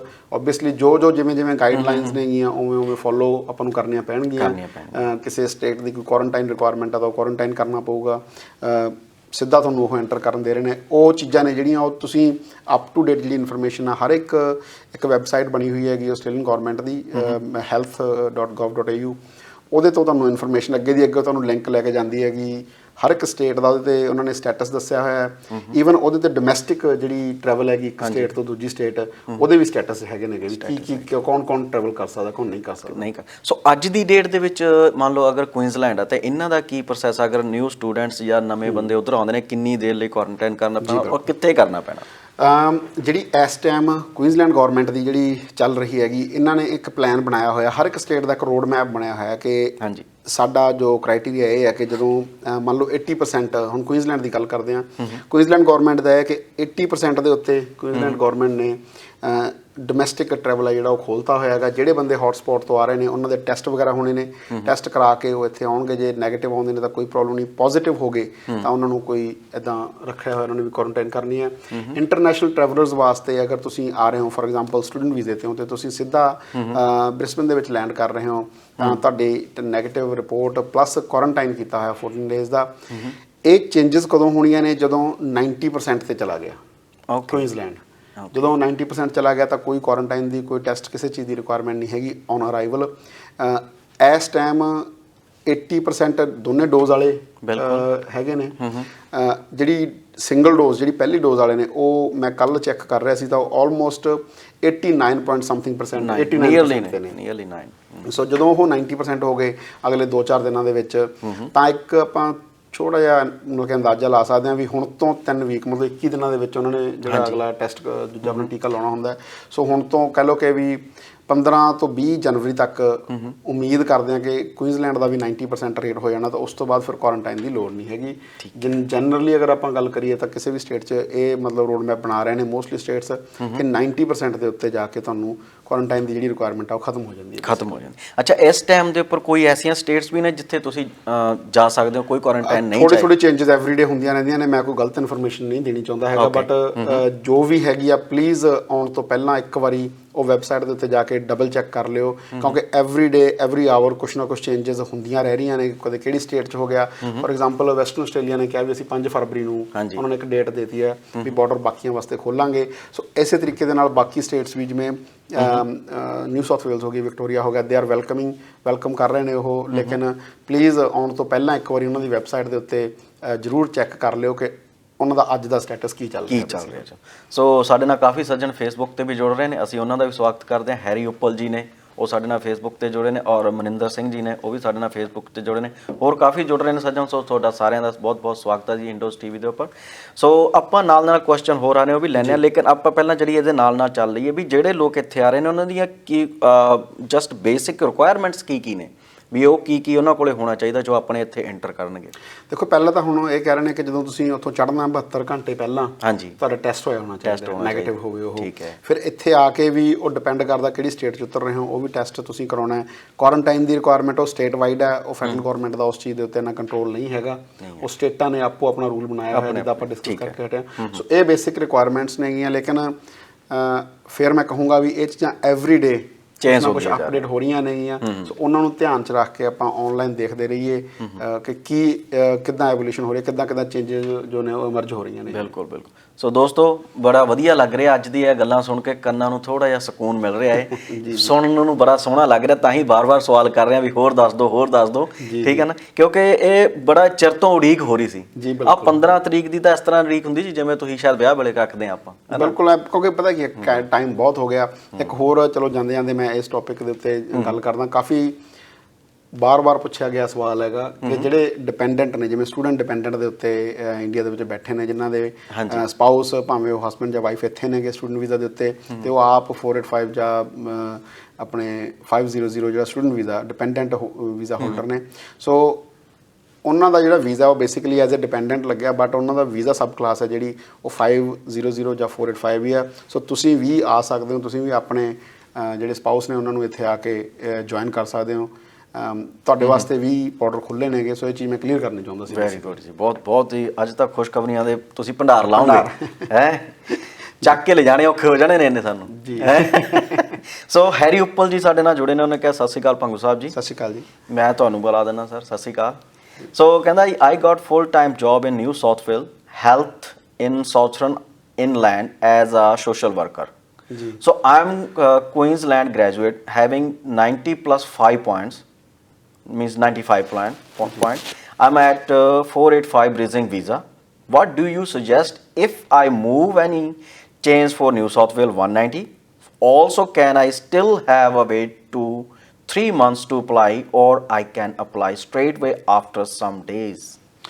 ਜੇ ਤੁਹਾਡੇ ਕੋਲ ਜੌਬ ਹੈਗੀ ਹੈ ਨਿਊ ਸਾਊਥ ਵੇਲਸ ਦੇ ਵਿੱਚ, ਤੁਹਾਨੂੰ ਲੱਗਦਾ ਤੁਹਾਡੇ ਕੋਲ ਜੌਬ ਹੋਊਗੀ ਜਦੋਂ ਤੁਸੀਂ ਇੱਥੇ ਮੂਵ ਕਰੋਗੇ, ਤਾਂ ਤੁਸੀਂ ਸਟ੍ਰੇਟ ਅਵੇ ਆਪਣੀ EOI ਪਾ ਸਕਦੇ ਹੋ, ਡਿਪੈਂਡਿੰਗ ਅਪੋਨ ਵੀ ਨਿਊ ਸਾਊਥ ਵੇਲਸ ਦਾ ਚੱਕਰ ਇਹ ਹੈ 190 ਦਾ ਕਿ ਨਿਊ ਸਾਊਥ ਵੇਲਸ ਦੇ ਵਿੱਚ 190 ਲਈ ਕੰਪੀਟੀਸ਼ਨ ਬਹੁਤ ਜ਼ਿਆਦਾ ਹੈ, ਕਿਉਂਕਿ ਸਭ ਤੋਂ ਵੱਧ university colleges new south Wales ਨੇ, ਸਭ ਤੋਂ ਵੱਧ ਗ੍ਰੈਜੂਏਟਸ ਨੇ ਜਿਹੜੇ ਉਹ ਨਿਊ ਸਾਊਥ ਵੇਲਸ ਦੇ ਵਿੱਚ ਹੁੰਦੇ ਨੇ। ਸੋ ਉੱਥੇ ਕੰਪੀਟੀਸ਼ਨ ਜ਼ਿਆਦਾ ਹੋਣ ਕਰਕੇ ਕਈ ਵਾਰ ਆਪਣੇ ਹਾਈ ਪੁਆਇੰਟ ਵੀ ਹੁੰਦੇ ਨੇ, ਜਿੱਦਾਂ 95 ਪੁਆਇੰਟ ਤੁਸੀਂ ਦੱਸ ਰਹੇ ਹੋਗੇ, ਪਰ ਤੁਹਾਡੇ ਮੂਹਰੇ ਇੱਕ ਲੰਬੀ ਲਾਈਨ ਲੱਗੀ ਹੁੰਦੀ ਹੈਗੀ ਜਿਨ੍ਹਾਂ ਨੂੰ ਉਹਨਾਂ ਨੇ ਦੇਣੇ ਹੁੰਦੇ ਨੇ। ਸੋ ਉਸ ਚੱਕਰ 'ਚ ਥੋੜ੍ਹਾ ਬਹੁਤ ਡਿਲੇ ਹੋ ਸਕਦਾ ਹੈਗਾ, ਲੇਕਿਨ ਉਮੀਦ ਹੈ ਕਿ ਇੰਨੇ ਪੁਆਇੰਟ ਦੇ ਉੱਤੇ ਤੁਹਾਡਾ ਉੱਥੇ ਆਉਣਾ ਬਣਦਾ ਹੈਗਾ। ਲੇਕਿਨ ਤੁਹਾਡਾ ਕੁਐਸਚਨ ਦਾ ਆਨਸਰ ਕਰਦਾ ਕਿ EOI ਜਿਹੜੀ ਤੁਸੀਂ ਪਾ ਸਕਦੇ ਹੋ ਜੇ ਤੁਸੀਂ ਉੱਥੇ ਮੂਵ ਕਰਦੇ ਹੋ, ਜੇ ਤੁਹਾਡੇ ਕੋਲ ਜੋਬ ਹੈ ਤਾਂ। Very good. So Uppal Sahib, ਉਮੀਦ ਕਰਦੇ ਹਾਂ ਕਿ ਤੁਸੀਂ ਸੈਟਿਸਫਾਈ ਹੋਏ ਹੋਵੋਗੇ। ਸੋ ਇੱਕ ਵਿਕ ਕਰਕੇ ਜੁੜੇ, ਉਹਨਾਂ ਨੇ ਕਿਹਾ ਵੀ 494 ਸ਼ੈਫ ਪ੍ਰੋਸੈਸਿੰਗ ਟਾਈਮ ਕੀ ਹੈ ਇਹਨਾਂ ਦਾ? ਪਤਾ ਕੀ ਹੈ, ਜਿਹੜੇ ਪ੍ਰੋਸੈਸਿੰਗ ਟਾਈਮ ਨੇ ਨਾ ਉਹ ਬੜੇ ਵੇਰੀ ਕਰਦੇ ਨੇਗੇ। ਮਤਲਬ ਵੈਸੇ ਤਾਂ ਕਹਿ ਲਓ ਕਿ ਵੀ 4-5 ਮਹੀਨਿਆਂ ਤੋਂ 3 ਮਹੀਨਿਆਂ ਤੋਂ ਲੈ ਕੇ 6 ਮਹੀਨਿਆਂ ਦੇ ਵਿੱਚ ਇਹਨਾਂ ਦੇ ਆਨਸਰ ਆ ਜਾਂਦੇ ਹੁੰਦੇ ਨੇ, ਲੇਕਿਨ ਡਿਪੈਂਡ ਕਰਦਾ, ਕਈ ਵਾਰੀ ਫਾਈਲਾਂ ਜਲਦੀ ਵੀ ਚੱਕ ਲੈਂਦੇ ਨੇ। ਜਿਹੜਾ ਲਾਸਟ ਅਸੀਂ 494 ਲਾਇਆ ਸੀ ਉਹ ਸਾਡਾ 2-3 ਵੀਕ ਦੇ ਵਿੱਚ ਹੀ ਫਾਈਨਲਾਈਜ਼ ਹੋ ਕੇ ਅਪਰੂਵਲ ਹੋ ਗਿਆ ਸੀਗਾ, ਪਰ ਅਸੀਂ ਉਸ ਤੋਂ ਪਹਿਲਾਂ ਦੀਆਂ ਕਈ ਫਾਈਲਾਂ ਜਿਹੜੀਆਂ ਲੱਗੀਆਂ ਹੋਈਆਂ ਨੇ ਉਹਨਾਂ ਦੀ ਇੰਤਜ਼ਾਰ ਵੀ ਕਰ ਰਹੇ ਹਾਂ। ਸੋ ਇੱਕ ਇਹਨਾਂ ਜਿਹੜੇ ਟਾਈਮ ਨੇ ਇਹ ਇੰਡੀਕੇਟਿਵ ਟਾਈਮ ਹੁੰਦੇ ਨੇ ਕਿ ਇਹ ਡੈਫੀਨੇਟ ਨਹੀਂ ਹੁੰਦੇ ਵੀ ਹਾਂ ਜੇ ਉਹਨਾਂ ਨੇ ਲਿਖਿਆ ਵੀ ਅਸੀਂ 6 ਮਹੀਨਿਆਂ ਦੇ ਵਿੱਚ ਜਾਂ 6 to 8 ਮੰਥ ਦੇ ਵਿੱਚ ਡਿਸੀਜ਼ਨ ਲਵਾਂਗੇ ਤਾਂ ਉਹ ਲੈਣਗੇ ਹੀ ਲੈਣਗੇ। ਉਹ ਸਿਰਫ ਇੱਕ ਐਵਰੇਜ ਟਾਈਮ ਦਿੱਤਾ ਹੁੰਦਾ ਵੀ ਅਸੀਂ ਇੰਨੇ ਕੁ ਟਾਈਮ ਦੇ ਵਿੱਚ ਡਿਸੀਜ਼ਨ ਲੈ ਲਾਂਗੇ, ਲੇਕਿਨ ਵੱਧ ਜਾਂ ਘੱਟ ਟਾਈਮ ਲੱਗ ਸਕਦਾ। ਸੋ 3 ਤੋਂ 6 ਮਹੀਨੇ ਆਪਾਂ ਐਵਰੇਜ ਲਾ ਕੇ ਚੱਲੀਏ। ਜੇ ਪਹਿਲਾਂ ਆਉਂਦੀ ਹੈ ਤਾਂ ਗੁੱਡ ਲੱਕ, ਜੇ ਬਾਅਦ 'ਚ ਆਉਂਦੀ ਹੈ ਜਾਂ ਤੁਹਾਡਾ ਟਾਈਮ ਲੱਗਦਾ ਥੋੜ੍ਹਾ ਬਹੁਤ ਤਾਂ ਇਟਸ ਜਸਟ ਅ ਪਿਓਰ ਕਿ ਉਹ ਤੁਹਾਡੀ ਫਾਈਲ ਤੱਕ ਹਾਲੇ ਨਹੀਂ ਪਹੁੰਚੇ ਕਿਸੇ ਰੀਜ਼ਨ ਕਰਕੇ, ਜਾਂ ਫਿਰ ਉਹ ਬੈਕ ਐਂਡ ਦੇ ਉੱਤੇ ਤੁਹਾਡੀ ਇਨਵੈਸਟੀਗੇਸ਼ਨ ਜਾਂ ਵੇਟ ਕਰ ਰਹੇ ਨੇ ਜਾਂ ਦੇਖ ਰਹੇ ਨੇ ਕਿ ਕਿੱਦਾਂ ਚੀਜ਼ਾਂ ਇਵੋਲਵ ਹੋ ਰਹੀਆਂ ਨੇ, ਅਤੇ ਥੋੜ੍ਹੇ ਟਾਈਮ ਬਾਅਦ ਤੁਹਾਡੇ ਫਾਈਨੈਂਸ਼ੀਅਲ ਵਗੈਰਾ ਜਾਂ ਹੋਰ ਕੁਛ ਦੁਬਾਰਾ ਮੰਗ ਸਕਦੇ ਨੇ। ਸੋ ਥੋੜ੍ਹਾ ਬਹੁਤ ਟਾਈਮ ਘੱਟ ਵੱਧ ਲੱਗ ਸਕਦਾ, ਲੇਕਿਨ ਐਵਰੇਜ ਟਾਈਮ ਇੰਨਾ ਕੁ ਬਣਦਾ ਜੀ ਉਹਦਾ। ਚਲੋ, ਉਮੀਦ ਕਰਦੇ ਹਾਂ ਸੈਟਿਸਫੈਕਸ਼ਨ। ਸੋ ਮੈਂ ਅੱਗੇ ਆਉਣਾ ਸੀਗਾ, ਆਪਣਾ ਜੋ ਪਿਛਲੀ ਵਾਰ ਇੱਕ ਪ੍ਰੋਗਰਾਮ ਦੇ ਵਿੱਚ ਆਪਾਂ ਨੂੰ ਰਿਕੁਐਸਟ ਆਈ ਸੀ, ਲੇਕਿਨ ਉਸ ਤੋਂ ਪਹਿਲਾਂ ਇੱਕ ਹੋਰ ਸਵਾਲ ਆ ਗਿਆ, ਮੈਂ ਕਿਹਾ ਉਹ ਲੈ ਲਈਏ, ਨਹੀਂ ਤਾਂ ਫਿਰ ਕੜੀ ਟੁੱਟ ਜਾਂਦੀ ਹੈ ਥੋੜ੍ਹੀ ਜਿਹੀ। ਜੀ ਬਿਲਕੁਲ, ਹੈ ਨਾ। ਸੋ ਮਨਪ੍ਰੀਤ ਸਿੰਘ ਜੀ ਨੇ, ਉਹਨਾਂ ਨੇ ਤੁਹਾਨੂੰ ਸਤਿ ਸ਼੍ਰੀ ਅਕਾਲ ਬੁਲਾਈ ਹੈ, ਸਤਿ ਸ਼੍ਰੀ ਅਕਾਲ, ਫਤਿਹ ਬੁਲਾਈ। ਸੋ ਉਸ ਤੋਂ ਬਾਅਦ ਸਾਡੇ ਨਾਲ ਜੁੜੇ ਨੇ ਸੁਨੀਲ ਅਰੋੜਾ ਜੀ, ਉਹ ਕਹਿੰਦੇ ਨੇ ਗੁਰੂ ਰਾਣਾ ਜੀ ਬੰਗਾਲੀ। ਮੈਂ ਤੁਹਾਡੇ ਨਾਲ ਬਾਅਦ 'ਚ ਗੱਲ ਕਰੂੰਗਾ ਜੀ। ਇਹ ਤਾਂ ਮੈਨੂੰ ਲੱਗਦਾ ਉਹ ਤੁਸੀਂ ਮਹਾਰਾਜ ਇਹ ਉਹ ਨੇ ਜੀ, ਇਹ ਤੁਹਾਡਾ ਇਹ ਬੰਦ ਕਰਾਉਣਗੇ ਤੁਹਾਡਾ ਬੋਰੀਆ ਬਿਸਤਰਾ। ਇਹ ਉਹ ਕਹਿੰਦੇ ਨੇ ਵੀ ਤੁਸੀਂ ਜੋ ਇਹਨਾਂ ਦੀ ਲੋੜ ਨਹੀਂ ਹੈਗੀ, ਆਪਾਂ ਤੁਹਾਨੂੰ ਸਿੱਧਾ ਹੀ ਮੰਤਰ ਮਾਰ ਕੇ। ਸਤਿ ਸ੍ਰੀ ਅਕਾਲ ਜੀ ਸੁਨੀਲ ਅਰੋੜਾ ਜੀ, ਸਤਿ ਸ੍ਰੀ ਅਕਾਲ ਤੁਹਾਨੂੰ। ਮੈਂ ਤੁਹਾਨੂੰ ਬਾਅਦ 'ਚ ਕਰਦਾ ਕਾਲ, ਮੈਨੂੰ ਬਹੁਤ ਪਰੇਸ਼ਾਨੀਆਂ ਨੇ, ਇਹਨਾਂ ਨੇ ਮੈਨੂੰ ਬਹੁਤ ਤੰਗ ਕੀਤਾ ਹੋਇਆ। ਸੋ ਚਲੋ, ਉਸ ਤੋਂ ਬਾਅਦ ਸਮਿਤ ਗੋਇਲ ਜੀ ਨੇ ਤੁਹਾਨੂੰ ਸਤਿ ਸ੍ਰੀ ਅਕਾਲ ਬੁਲਾਈ ਹੈ ਜੀ। ਸਤਿ ਸ਼੍ਰੀ ਅਕਾਲ ਜੀ। ਸਤਿ ਸ਼੍ਰੀ ਅਕਾਲ। ਸੋ ਹੁਣ ਆਨੇ ਆਪਾਂ ਕਿ ਪਿਛਲੀ ਵਾਰੀ ਕਾਫੀ ਸੱਜਣਾਂ ਨੇ ਤੁਹਾਨੂੰ ਰਿਕੁਐਸਟ ਕੀਤੀ ਸੀ, ਬੜੇ ਸਵਾਲ ਆਏ ਨੇ, ਤੁਹਾਨੂੰ ਆਫਿਸ 'ਚ ਵੀ ਕਾਲ ਆਉਂਦੀਆਂ ਰਹਿੰਦੀਆਂ ਨੇ ਕਿ ਡਾਮਾ ਪ੍ਰੋਗਰਾਮ ਦੇ ਬਾਰੇ ਜੀ। ਸੋ ਇਹ ਐਕਚੁਅਲ ਦੇ ਵਿੱਚ ਡਾਮਾ ਹੈ ਕੀ ਚੀਜ਼ ਆ, ਇਹਦੇ ਬਾਰੇ ਥੋੜ੍ਹਾ ਜਿਹਾ ਵਿਸਤਾਰ ਦੇ ਵਿੱਚ ਸਾਡੇ ਦਰਸ਼ਕਾਂ ਨੂੰ ਪਾਓ ਚਾਨਣਾ। ਜੀ ਬਿਲਕੁਲ, ਡਾਮਾ ਬਿਲਕੁਲ ਮੈਂ ਇੱਕ ਵੀਡੀਓ ਵੀ ਪਾਈ ਸੀ ਕਿਉਂਕਿ ਸਾਡਾ ਡਾਮਾ ਅਪਰੂਵ ਹੋਇਆ ਸੀਗਾ, ਤਾਂ ਉਸ ਤੋਂ ਬਾਅਦ ਬਹੁਤ ਸਾਰੀਆਂ ਕਾਲਸ ਆਈਆਂ ਅਤੇ ਅਨਫੋਰਚੂਨੇਟਲੀ ਅਸੀਂ ਬਹੁਤੀਆਂ, ਕਿਉਂਕਿ ਗੱਲ ਇਹ ਹੁੰਦੀ ਹੈ ਵੀ ਆਪਾਂ ਇੱਕ ਇਨੀਸ਼ੀਅਲ ਅਸੈਸਮੈਂਟ ਜੀ ਰੱਖੀ ਹੋਈ ਹੈ ਵੀ 2-3 ਕੁਐਸਚਨ ਪੁੱਛੀਦੇ ਆ, ਕਿਉਂਕਿ ਜਦੋਂ ਆਪਾਂ ਕਹਿੰਦੇ ਵੀ ਅਪਾਇੰਟਮੈਂਟ ਬੁੱਕ ਕਰੋ, ਓਬਵੀਅਸਲੀ ਸਾਡੀ ਪੇਡ ਅਪਾਇੰਟਮੈਂਟ ਹੁੰਦੀ, ਅਤੇ ਅਸੀਂ ਨਹੀਂ ਚਾਹੁੰਦੇ ਕਿ ਜੇ ਤੁਹਾਡੀ ਉਹ ਇਨੀਸ਼ੀਅਲ ਅਸੈਸਮੈਂਟ ਹੀ ਫੇਲ ਹੁੰਦੀ ਹੈ ਵੀ ਤੁਸੀਂ ਪੈਸੇ ਅਤੇ ਟਾਈਮ ਖਰਾਬ ਕਰੋ, ਅਤੇ ਆਪਾਂ ਪਹਿਲਾਂ ਹੀ 2-3 ਕੁਐਸਚਨ ਪੁੱਛ ਲਈਦੇ ਸੀਗੇ, ਅਤੇ ਜਿਨ੍ਹਾਂ ਨੇ ਤਾਂ ਕੋਈ ਆਨਸਰ ਯੈਸ ਹੋਇਆ ਉਹਨਾਂ ਨਾਲ ਆਪਾਂ ਅੱਗੇ ਉਹਨਾਂ ਨੂੰ ਫਿਰ ਇਹਦੇ ਬਾਰੇ ਡਿਟੇਲ 'ਚ ਜਾਣਕਾਰੀ ਦਿੱਤੀ ਜਾਂ ਉਹਨਾਂ ਦੀ ਅਪਾਇੰਟਮੈਂਟ ਲਈ, ਲੇਕਿਨ ਬਾਕੀਆਂ ਨੂੰ ਫਿਰ ਕਿਹਾ ਸੀ ਜਦੋਂ ਇਹ 2-3 ਚੀਜ਼ਾਂ ਪੂਰੀਆਂ ਹੋ ਜਾਂਦੀਆਂ ਨੇ ਫਿਰ ਤੁਸੀਂ ਵਾਪਸ ਸਾਨੂੰ ਕਾਲ ਕਰਿਓ, ਤਾਂ ਆਪਾਂ ਫਿਰ ਡਿਸਕਸ ਕਰਾਂਗੇ ਡਿਟੇਲ ਦੇ ਵਿੱਚ ਕਿ ਤੁਹਾਡੀ ਐਲੀਜੀਬਿਲਟੀ ਹੈ ਜਿਹੜੀ ਉਹ ਬਣਦੀ ਹੈ ਕਿ ਨਹੀਂ ਬਣਦੀ। ਸੋ ਬੇਸਿਕਲੀ ਡਾਮਾ ਇਹਦੀ ਜਿਹੜੀ ਫੁੱਲ ਫਾਰਮ ਆ ਉਹ ਡੈਜ਼ਿਗਨੇਟਡ ਏਰੀਆ ਮਾਈਗ੍ਰੇਸ਼ਨ ਅਗਰੀਮੈਂਟ ਹੁੰਦਾ। ਠੀਕ ਹੈ। ਜਿਹਦੇ ਵਿੱਚ ਜਿਹੜਾ ਡਿਪਾਰਟਮੈਂਟ ਹੈ, ਡਿਪਾਰਟਮੈਂਟ ਆਫ ਹੋਮ ਅਫੇਅਰਸ ਹੈ, ਉਹ ਆਥੋਰਾਈਜ਼ਡ ਨੇ ਮਿਨਿਸਟਰ ਵੱਲੋਂ ਕਿ ਉਹਨਾਂ ਨੇ ਵੀਜ਼ੇ ਗ੍ਰਾਂਟ ਕਰਨੇ ਹੁੰਦੇ ਆ ਡਿਪਾਰਟਮੈਂਟ ਆਫ ਹੋਮ ਅਫੇਅਰ ਨੇ। ਸੋ ਡਿਪਾਰਟਮੈਂਟ ਇੱਕ ਅਗਰੀਮੈਂਟ ਕਰਦਾ ਇਹਦੇ ਇਸ ਕੇਸ ਦੇ ਵਿੱਚ ਡਾਮਾ ਦੇ ਵਿੱਚ ਸਪੈਸੀਫਿਕਲੀ ਏਰੀਆ ਸਪੈਸੀਫਿਕ ਹੁੰਦਾ, ਠੀਕ ਹੈ। ਉਹ ਉਸ ਏਰੀਏ ਦੇ ਵਿੱਚ ਜਿੰਨੇ ਵੀ ਬਿਜ਼ਨੈਸਿਸ ਨੇ ਉਹਨਾਂ ਲਈ ਬੇਸਿਕਲੀ ਜੋ ਸਕਿੱਲ ਸ਼ਾਰਟੇਜ ਹੈਗੀ ਉਹਦੇ ਸੰਦਰਭ 'ਚ ਕਹਿ ਲਓ, ਉਹਦੇ ਪ੍ਰੋਸਪੈਕਟ ਦੇ ਵਿੱਚ ਜਿਹੜੀ ਉਸ ਏਰੀਏ ਦੀ ਗੌਰਮੈਂਟ ਮਤਲਬ ਸਟੇਟ ਜਿਹੜੀ ਗੌਰਮੈਂਟ ਹੈਗੀ ਉਹਨਾਂ ਦੇ ਨਾਲ ਇੱਕ ਅਗਰੀਮੈਂਟ ਕਰਦੇ ਨੇ। ਸਟੇਟ ਗੌਰਮੈਂਟ ਕਹਿ ਲਓ ਕਿ ਉਹਨਾਂ ਨਾਲ ਅਗਰੀਮੈਂਟ ਕਰਦੀ ਹੈ ਡਿਪਾਰਟਮੈਂਟ ਆਫ ਹੋਮ ਅਫੇਅਰਸ ਦੇ ਨਾਲ ਕਿ ਸਾਡੇ ਇਸ ਏਰੀਏ ਦੇ ਵਿੱਚ ਆਹ ਇੱਕ ਪਰਟੀਕੂਲਰ ਲਿਸਟ ਹੈ ਆਕੂਪੇਸ਼ਨਸ ਦੀ ਜਿਨ੍ਹਾਂ ਦੀ ਸ਼ਾਰਟੇਜ ਚੱਲਦੀ ਹੈ, ਤੁਸੀਂ ਉਹਨਾਂ ਲਈ ਥੋੜ੍ਹੀ ਜਿਹੀ ਇੱਕ ਪ੍ਰੋਸੈਸ ਹੈ ਉਹਨੂੰ ਲੀਨੀਅੰਟ ਕਰਕੇ, ਠੀਕ ਹੈ, ਉਹਦੇ ਵਿੱਚ ਕਈ ਕੰਸੈਸ਼ਨ ਵੀ ਮੰਗੇ ਜਾਂਦੇ ਨੇ।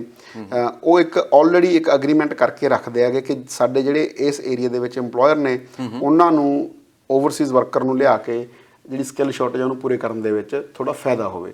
ਸੋ ਬੇਸਿਕਲੀ ਇਹ ਇੱਕ ਅਗਰੀਮੈਂਟ ਹੈ ਜਿਹਦੇ ਵਿੱਚ ਉਹਨਾਂ ਨੇ ਉਹ ਸਾਰੀਆਂ ਸ਼ਰਤਾਂ ਨੇ ਜਿਹੜੀਆਂ ਉਹ ਪੂਰੀਆਂ ਆਲਰੇਡੀ ਡਿਫਾਈਨਡ ਹੁੰਦੀਆਂ ਨੇ, ਡਿਕਟੇਟਡ ਹੁੰਦੀਆਂ ਨੇ ਗੀਆਂ, ਤਾਂ ਉਹ ਉਹਨਾਂ ਸ਼ਰਤਾਂ ਦੇ ਮੱਦੇਨਜ਼ਰ ਜਿਹੜੇ ਉੱਥੇ ਬਿਜ਼ਨੈਸ ਨੇ ਉਹਨਾਂ ਨੂੰ ਇਸ ਚੀਜ਼ ਦਾ ਫਾਇਦਾ ਹੁੰਦਾ ਕਿ ਉਹ ਬਾਹਰੋਂ ਵਰਕਰ ਬੁਲਾ ਸਕਦੇ ਨੇ ਬੇਸਿਕਲੀ। ਤੇ ਇੱਕ ਤਰ੍ਹਾਂ ਦੀ ਇਹ ਯਾਨੀ ਇਮੀਗ੍ਰੇਸ਼ਨ ਦੇ ਹੀ ਡਿਪਾਰਟਮੈਂਟ ਦੀ ਸਬ ਕਲਾਸ ਟਾਈਪ ਹੈ ਡਾਮਾ?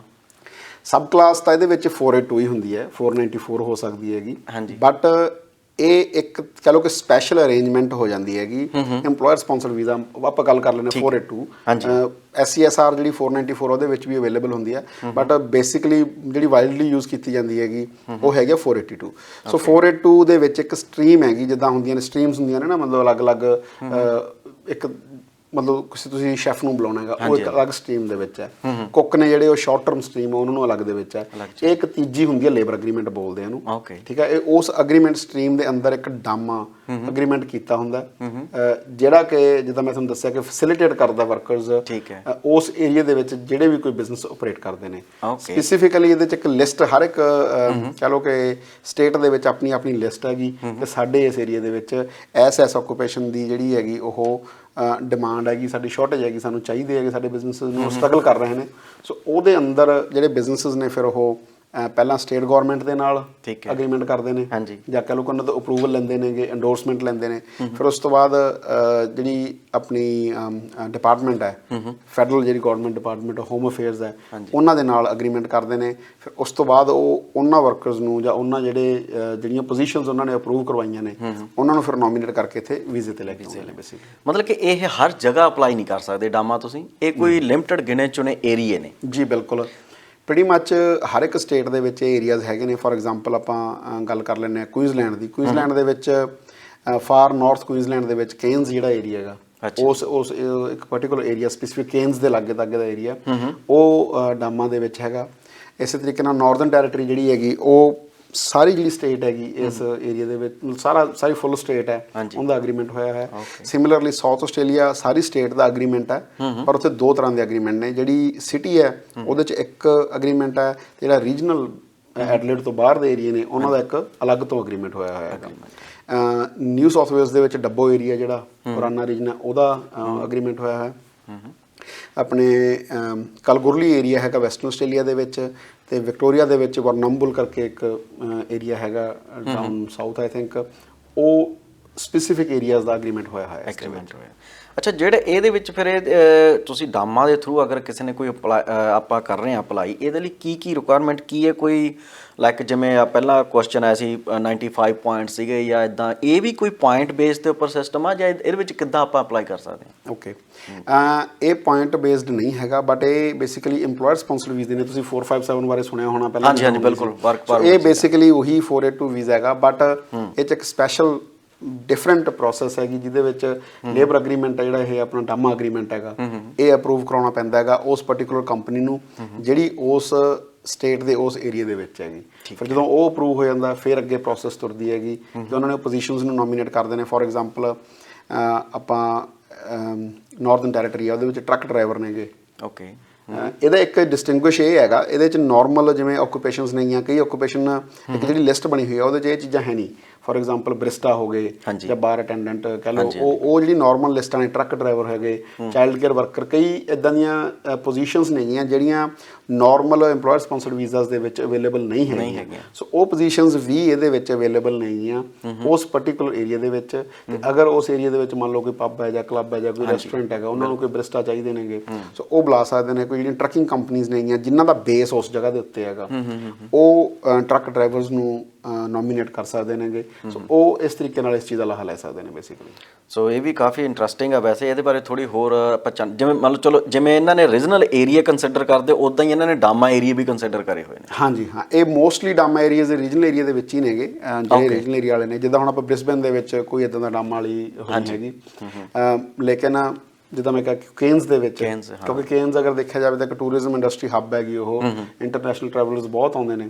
ਸੋ ਉੱਥੇ ਸ਼ਾਰਟੇਜ ਰਹਿੰਦੀ ਆ ਹਮੇਸ਼ਾ, ਕੋਈ ਨਾ ਕੋਈ, ਜਿੱਦਾਂ ਸ਼ੈਫ ਹੋ ਗਏ ਜਾਂ, ਸੋ ਉਹਨਾਂ ਦੀ ਇੱਕ ਲਿਸਟ ਬਣੀ ਹੋਈ ਹੈ ਕਿ ਸਾਡੇ ਇਸ ਏਰੀਆ ਦੇ ਵਿੱਚ ਅਗਰ ਤੁਸੀਂ ਮਤਲਬ ਤੁਹਾਡਾ ਇਹ ਬਿਜ਼ਨਸ ਹੈ, ਤੁਸੀਂ ਕਿਸੇ ਨੂੰ ਟਰੱਕ ਡਰਾਈਵਰ ਜਾਂ ਜਿਹੜੇ ਮਤਲਬ ਕਿ ਡਿਪੈਂਡ ਕਰਦਾ ਕਿਹੜੇ ਡਾਮੇ ਦੀ ਆਪਾਂ ਗੱਲ ਕਰ ਰਹੇ ਹਾਂ, ਕਿਹੜੇ ਏਰੀਆ ਦੀ, ਸੋ ਉਹ ਉਹਨਾਂ ਨੂੰ ਬੁਲਾ ਸਕਦੇ ਆਪਦੇ ਜਿਹੜੇ EMPLOYEES ਨੇ ਉੱਥੇ। ਅੱਛਾ, ਇਹ ਪੁਆਇੰਟ ਬੇਸ ਨਹੀਂ ਹੈਗਾ, EMPLOYER ਸਪਾਂਸਰ ਆ। ਹਾਂਜੀ। ਤੇ ਇਹਦੇ ਵਿੱਚ ਜਿਹੜਾ EMPLOYER ਨੇ ਸਪਾਂਸਰ ਕਰਨਾ, ਮੰਨ ਲਓ ਮੈਂ ਸਪਾਂਸਰ ਕਰ ਰਿਹਾ, ਜਿਵੇਂ ਹੁਣ ਪਿਛਲੀ ਵਾਰੀ ਤੁਸੀਂ ਕਹਿੰਦੇ ਅਗਰ ਕਿਸੇ ਨੇ ਸਪਾਂਸਰ ਕਰਨਾ, ਉਹਦਾ ਬਿਜ਼ਨਸ ਇੰਨੇ 2 ਲੱਖ 3 ਲੱਖ ਦਾ ਚੱਲਦਾ ਹੋਵੇ, ਉਹਦੀ ਟਰਨਓਵਰ ਇੰਨੀ ਹੋਵੇ, ਇਹਦੇ ਵਿੱਚ ਕੀ ਰਿਕੁਆਇਰਮੈਂਟ ਆ ਵੀ ਕਿਹੜਾ EMPLOYER ਕੈਪੇਬਲ ਆ ਕਿਸੇ ਨੂੰ ਸਪਾਂਸਰ ਕਰਨ ਦੇ ਲਈ? ਦੇਖੋ, ਇਹ ਇੱਕ ਵਾਈਡਲੀ ਸਭ ਤੋਂ ਪਹਿਲਾ ਕੁਐਸਚਨ ਆਪਾਂ ਇਹ ਪੁੱਛਦੇ ਹਾਂ ਜਦੋਂ ਵੀ ਆਪਾਂ EMPLOYER ਸਪਾਂਸਰ ਦੀ ਗੱਲ ਕਰਦੇ ਹਾਂ ਵੀ ਸਾਡੇ EMPLOYER ਦੀ ਐਲੀਜੀਬਿਲਟੀ ਬਣਦੀ ਹੈ ਕਿ ਨਹੀਂ ਬਣਦੀ। ਮੈਂ ਪਹਿਲਾਂ ਵੀ 1-2 ਵਾਰ ਇਸ ਕੁਐਸਚਨ ਦਾ ਆਨਸਰ ਆਪਣੇ ਪ੍ਰੋਗਰਾਮ ਦੇ ਵਿੱਚ ਦਿੱਤਾ ਹੈਗਾ ਕਿ ਐਦਾਂ ਦਾ ਕੋਈ ਸੈੱਟ ਆਫ ਰੂਲਸ ਨਹੀਂ ਹੈਗਾ ਵੀ ਇਹ ਆਪਾਂ 3 ਬਾਕਸ ਟਿਕ ਕਰ ਦਾਂਗੇ, ਓਕੇ ਇੰਨੀ ਟਰਨਓਵਰ ਆ ਤਾਂ ਆਪਾਂ EMPLOYER ਹੈ ਜਿਹੜਾ ਤੁਹਾਨੂੰ ਸਪਾਂਸਰ ਕਰ ਸਕਦਾ ਹੈ। ਸੋ ਇਹਦੇ 'ਚ ਕੁਝ ਜਿਹੜੀਆਂ ਇੱਕ ਬੇਸਿਕ ਜਿਹੀਆਂ ਚੀਜ਼ਾਂ ਹੁੰਦੀਆਂ ਨੇਗੀਆਂ, ਅਗਰ ਆਪਾਂ ਗੱਲ ਕਰੀਏ ਇੱਕ ਨੋਰਮਲ ਤਰੀਕੇ ਦੇ ਨਾਲ, ਕਿ ਕੋਈ ਬਿਜ਼ਨਸ ਹੈ ਜਿਹੜਾ ਜਦੋਂ ਚੱਲ ਰਿਹਾ ਹੈਗਾ, ਪਹਿਲੀ ਗੱਲ ਤਾਂ ਉਹ ਘਾਟੇ 'ਚ ਨਹੀਂ ਚੱਲਦਾ ਹੋਣਾ ਚਾਹੀਦਾ। ਜੇ ਘਾਟੇ 'ਚ ਚੱਲਦਾ ਤਾਂ ਉੱਥੇ ਆਪਣੀ ਇੱਕ ਸਮੱਸਿਆ ਖੜੀ ਹੋ ਜਾਂਦੀ ਹੈ ਕਿ ਤੁਸੀਂ ਕਿਸੇ ਨੂੰ ਸਪਾਂਸਰ ਕਿਵੇਂ ਕਰਦੇ ਹੋ, ਠੀਕ ਹੈ। ਸੋ ਇੱਕ ਸਿੱਧਾ ਜਾਂ ਤਾਂ ਇਹ ਇੱਕ ਇਹਦਾ ਕਹਿ ਲਓ ਕਿ ਮਾਪਦੰਡ ਹੈ ਕਿ ਬਈ ਜਿਹੜਾ ਤੁਹਾਡਾ ਬਿਜ਼ਨਸ ਆ ਉਹ ਪੋਜ਼ੀਟਿਵ ਕੈਸ਼ ਫਲੋ 'ਚ ਹੋਣਾ ਚਾਹੀਦਾ।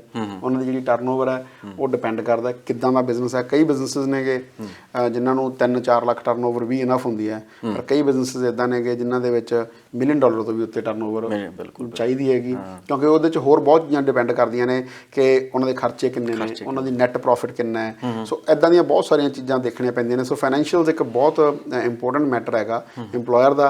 ਪਲੱਸ ਡਾਮਾਂ ਦੇ ਵਿੱਚ ਸਪੈਸੀਫਿਕਲੀ ਹਰ ਇੱਕ ਸਟੇਟ ਨੇ ਆਪਣਾ ਇੱਕ ਦੱਸਿਆ ਹੈ ਕਿ ਤੁਹਾਡਾ EMPLOYER ਜਿੱਦਾਂ ਮੈਂ ਤੁਹਾਨੂੰ ਐਗਜ਼ਾਮਪਲ ਦਿੰਦਾ ਕਿ ਘੱਟੋ ਘੱਟ 12 ਮਹੀਨਿਆਂ ਤੋਂ ਤੁਹਾਡਾ EMPLOYER ਆ ਉਹ ਓਪਰੇਸ਼ਨਲ ਹੋਣਾ ਚਾਹੀਦਾ। ਠੀਕ ਹੈ। ਇਹ ਨਹੀਂ ਹੈਗਾ ਕਿ ਤੁਸੀਂ ਉੱਥੇ ਨਵੀਂ ਕੰਪਨੀ ਅੱਜ ਖੋਲ੍ਹੋ ਅਤੇ ਨਾਲ ਦੀ ਨਾਲ ਹੀ ਡਾਮਾ ਪਾ ਦਿਓ। ਸੋ ਇਹ ਚੀਜ਼ਾਂ ਉਹਨਾਂ ਨੇ ਸਪੈਸੀਫਾਈ ਕੀਤੀਆਂ ਹੋਈਆਂ ਨੇ EMPLOYERS ਵਾਸਤੇ।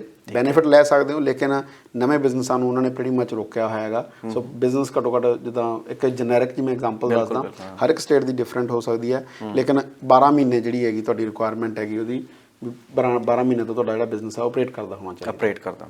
ਕਿਉਂਕਿ 12 ਮਹੀਨਿਆਂ ਦੇ ਨਾਲ ਤੁਹਾਡਾ ਜਿਹੜਾ ਬਿਜ਼ਨਸ ਦੇ ਫਾਈਨੈਂਸ਼ੀਅਲਸ ਨੇ ਉਹ ਵੀ ਪਤਾ ਲੱਗ ਜਾਂਦੇ ਨੇ ਕਿ ਕਹਿ ਲਓ ਕਿ ਕਿੰਨੇ ਕੁ ਪਾਣੀ 'ਚ ਹੈ। ਬਿਲਕੁਲ, ਚਲੋ ਇਹ ਵੀ ਕਾਫੀ ਆ। ਸੋ ਕਾਫੀ ਸੱਜਣ ਸਾਡੇ ਨਾਲ ਹੋਰ ਜੁੜ ਰਹੇ ਨੇ। ਸੁਮਿਤ ਗੋਇਲ ਜੀ ਨੇ, ਸਤਿ ਸ਼੍ਰੀ ਅਕਾਲ ਬੁਲਾਈ ਆ ਉਹਨਾਂ ਨੇ। ਸੋ ਸਤਿ ਸ਼੍ਰੀ ਅਕਾਲ ਜੀ। ਕੁਛ ਬਣੂ ਕੁਈਨਜ਼ਲੈਂਡ ਵਾਲਿਆਂ ਦਾ ਕੁਈਨਜ਼ਲੈਂਡ ਵੀ ਖੋਲ੍ਹ ਰਿਹਾ ਜੀ, ਬਹੁਤ ਕੁਛ ਕਰ ਰਹੇ ਨੇ, ਬਣਦਾ ਜਾ ਰਿਹਾ। ਅਤੇ ਜਸਪਾਲ ਜਗੇੜਾ ਜੀ ਜੁੜੇ ਨੇ, ਉਹ ਵੀ ਤੁਹਾਡਾ ਸਵਾਗਤ ਹੈ ਜੀ। ਮਨਪ੍ਰੀਤ ਸਿੰਘ ਜੀ ਨੇ, ਉਹਨਾਂ ਨੇ ਵੀ ਸਾਡੇ ਨਾਲ ਜੁਆਇਨ ਕੀਤਾ। ਸੋ ਸੁਮਿਤ ਗੋਇਲ ਜੀ ਨੇ ਇੱਕ ਵਧੀਆ ਸਵਾਲ ਕੀਤਾ ਕਿ ਡਾਮਾ ਤੋਂ ਬਾਅਦ ਤੁਸੀਂ PR ਪਾ ਸਕਦੇ ਹੋ ਸਰ? ਇੱਕ ਕੁਇੱਕ ਆਨਸਰ ਤਾਂ ਇਹਦਾ ਯੈਸ ਹੈਗਾ ਵੀ ਡਾਮਾ ਤੋਂ ਬਾਅਦ PR ਪੈ ਜਾਂਦੀ ਹੈ, ਬਟ ਹਰ ਇੱਕ ਸਟੇਟ ਨੇ ਇੱਕ ਆਪਣਾ ਕਹਿ ਲਓ ਕਿ ਚਾਰਟ ਬਣਿਆ ਹੋਇਆ ਪ੍ਰੀਟੀ ਮੱਚ ਹਰ ਇੱਕ ਸਟੇਟ ਦੇ ਜਿਹੜੇ ਉਹ ਨੇ ਰੂਲਸ ਨੇਗੇ ਕਿ ਆਕੂਪੇਸ਼ਨ ਬੇਸਡ ਹੈ ਇਹ। ਹਰ ਇੱਕ ਆਕੂਪੇਸ਼ਨ ਦੇ ਵਿੱਚ PR ਨਹੀਂ ਪੈਂਦੀ ਹੈਗੀ। ਜਿਹੜੀ ਆਕੂਪੇਸ਼ਨ ਦੇ ਵਿੱਚ ਉਸ ਪਰਟੀਕੂਲਰ ਸਟੇਟ ਨੇ ਅਲਾਓ ਕੀਤੀ ਹੋਈ ਹੈਗੀ ਕਿ ਅਸੀਂ ਇਹਦੇ ਵਿੱਚ PR ਪਾਥਵੇ ਹੈਗਾ, ਸਿਰਫ ਉਹਨਾਂ ਵਾਸਤੇ PR ਬਣਦੀ ਹੈਗੀ। ਅਦਰਵਾਈਜ਼ ਤੁਹਾਨੂੰ ਕੋਈ ਹੋਰ ਆਲਟਰਨੇਟ ਦੇਖਣਾ ਪੈਣਾ ਗਾ PR ਦਾ। ਡਿਪੈਂਡ ਕਰਦਾ ਮੋਸਟਲੀ ਆਕੂਪੇਸ਼ਨਸ ਜਿਹੜੀਆਂ ਨਾਰਮਲ ਲਿਸਟ ਦੇ ਵਿੱਚ ਨਹੀਂ ਹੈਗੀਆਂ ਉਹਨਾਂ ਦੇ ਵਿੱਚ PR ਪਾਥਵੇ ਪ੍ਰੋਵਾਈਡ ਕੀਤਾ ਹੋਇਆ ਜ਼ਿਆਦਾਤਰ ਸਟੇਟਸ ਨੇ ਜਿਹੜਾ। ਓਕੇ। ਸੋ ਇਹਦੇ ਵਿੱਚ ਚਲੋ PR ਦਾ ਵੀ ਹੋ ਗਿਆ। ਇਹਦੇ ਵਿੱਚ ਰਿਕੁਆਇਰਮੈਂਟ ਜਿਵੇਂ ਹੁਣ ਆਪਾਂ ਦੂਸਰੇ ਕਰਦੇ ਹਾਂ, ਪੁਆਇੰਟ ਬੇਸ ਹੋ ਗਿਆ, EMPLOYER ਹੋ ਗਿਆ, ਇਹਦੇ ਵਿੱਚ ਇੰਗਲਿਸ਼ ਜਿਹੜਾ IELTS ਵਗੈਰਾ ਜਾਂ PT ਆ ਉਹਦੀ ਵੀ ਕੋਈ ਰਿਕੁਆਇਰਮੈਂਟ ਹੈਗੀ ਆ ਵੀ ਇੰਨੇ ਹੋਣੇ ਚਾਹੀਦੇ ਨੇ ਬੈਂਡ ਜਾਂ ਇਸ ਤਰ੍ਹਾਂ ਦਾ ਇੱਕ ਲੈਵਲ ਹੋਣਾ ਚਾਹੀਦਾ? ਜੀ ਬਿਲਕੁਲ। ਜਿੱਦਾਂ ਮੈਂ ਤੁਹਾਨੂੰ ਪਹਿਲਾਂ ਦੱਸਿਆ ਸੀਗਾ ਕਿ ਇਹ 482 ਵੀਜ਼ਾ ਮਤਲਬ ਜਿਹੜਾ ਆਪਣਾ ਨਾਰਮਲ ਇੱਕ EMPLOYER ਸਪੌਂਸਰਡ ਵੀਜ਼ਾ ਹੈ, ਉਹਦੇ ਵਿੱਚ 5 ਦੀ ਰਿਕੁਆਇਰਮੈਂਟ ਆ। 5 ਈਚ ਹੈ ਮੀਡੀਅਮ ਜਿਹੜੀ ਟੂ ਲੌਂਗ ਟਰਮ ਲਿਸਟ ਹੈਗੀ, 5 ਓਵਰਆਲ ਹੈਗੀ ਜਿਹੜੀ ਆਪਣੀ ਸ਼ਾਰਟ ਟਰਮ ਲਿਸਟ ਹੈਗੀ। ਲੇਕਿਨ ਜਿਹੜੇ ਇਹ ਅਗਰੀਮੈਂਟਸ ਹੁੰਦੇ ਨੇ ਇਹਨਾਂ ਦੇ ਵਿੱਚ ਕੰਸੈਸ਼ਨ ਮਿਲ ਜਾਂਦਾ ਹੁੰਦਾ।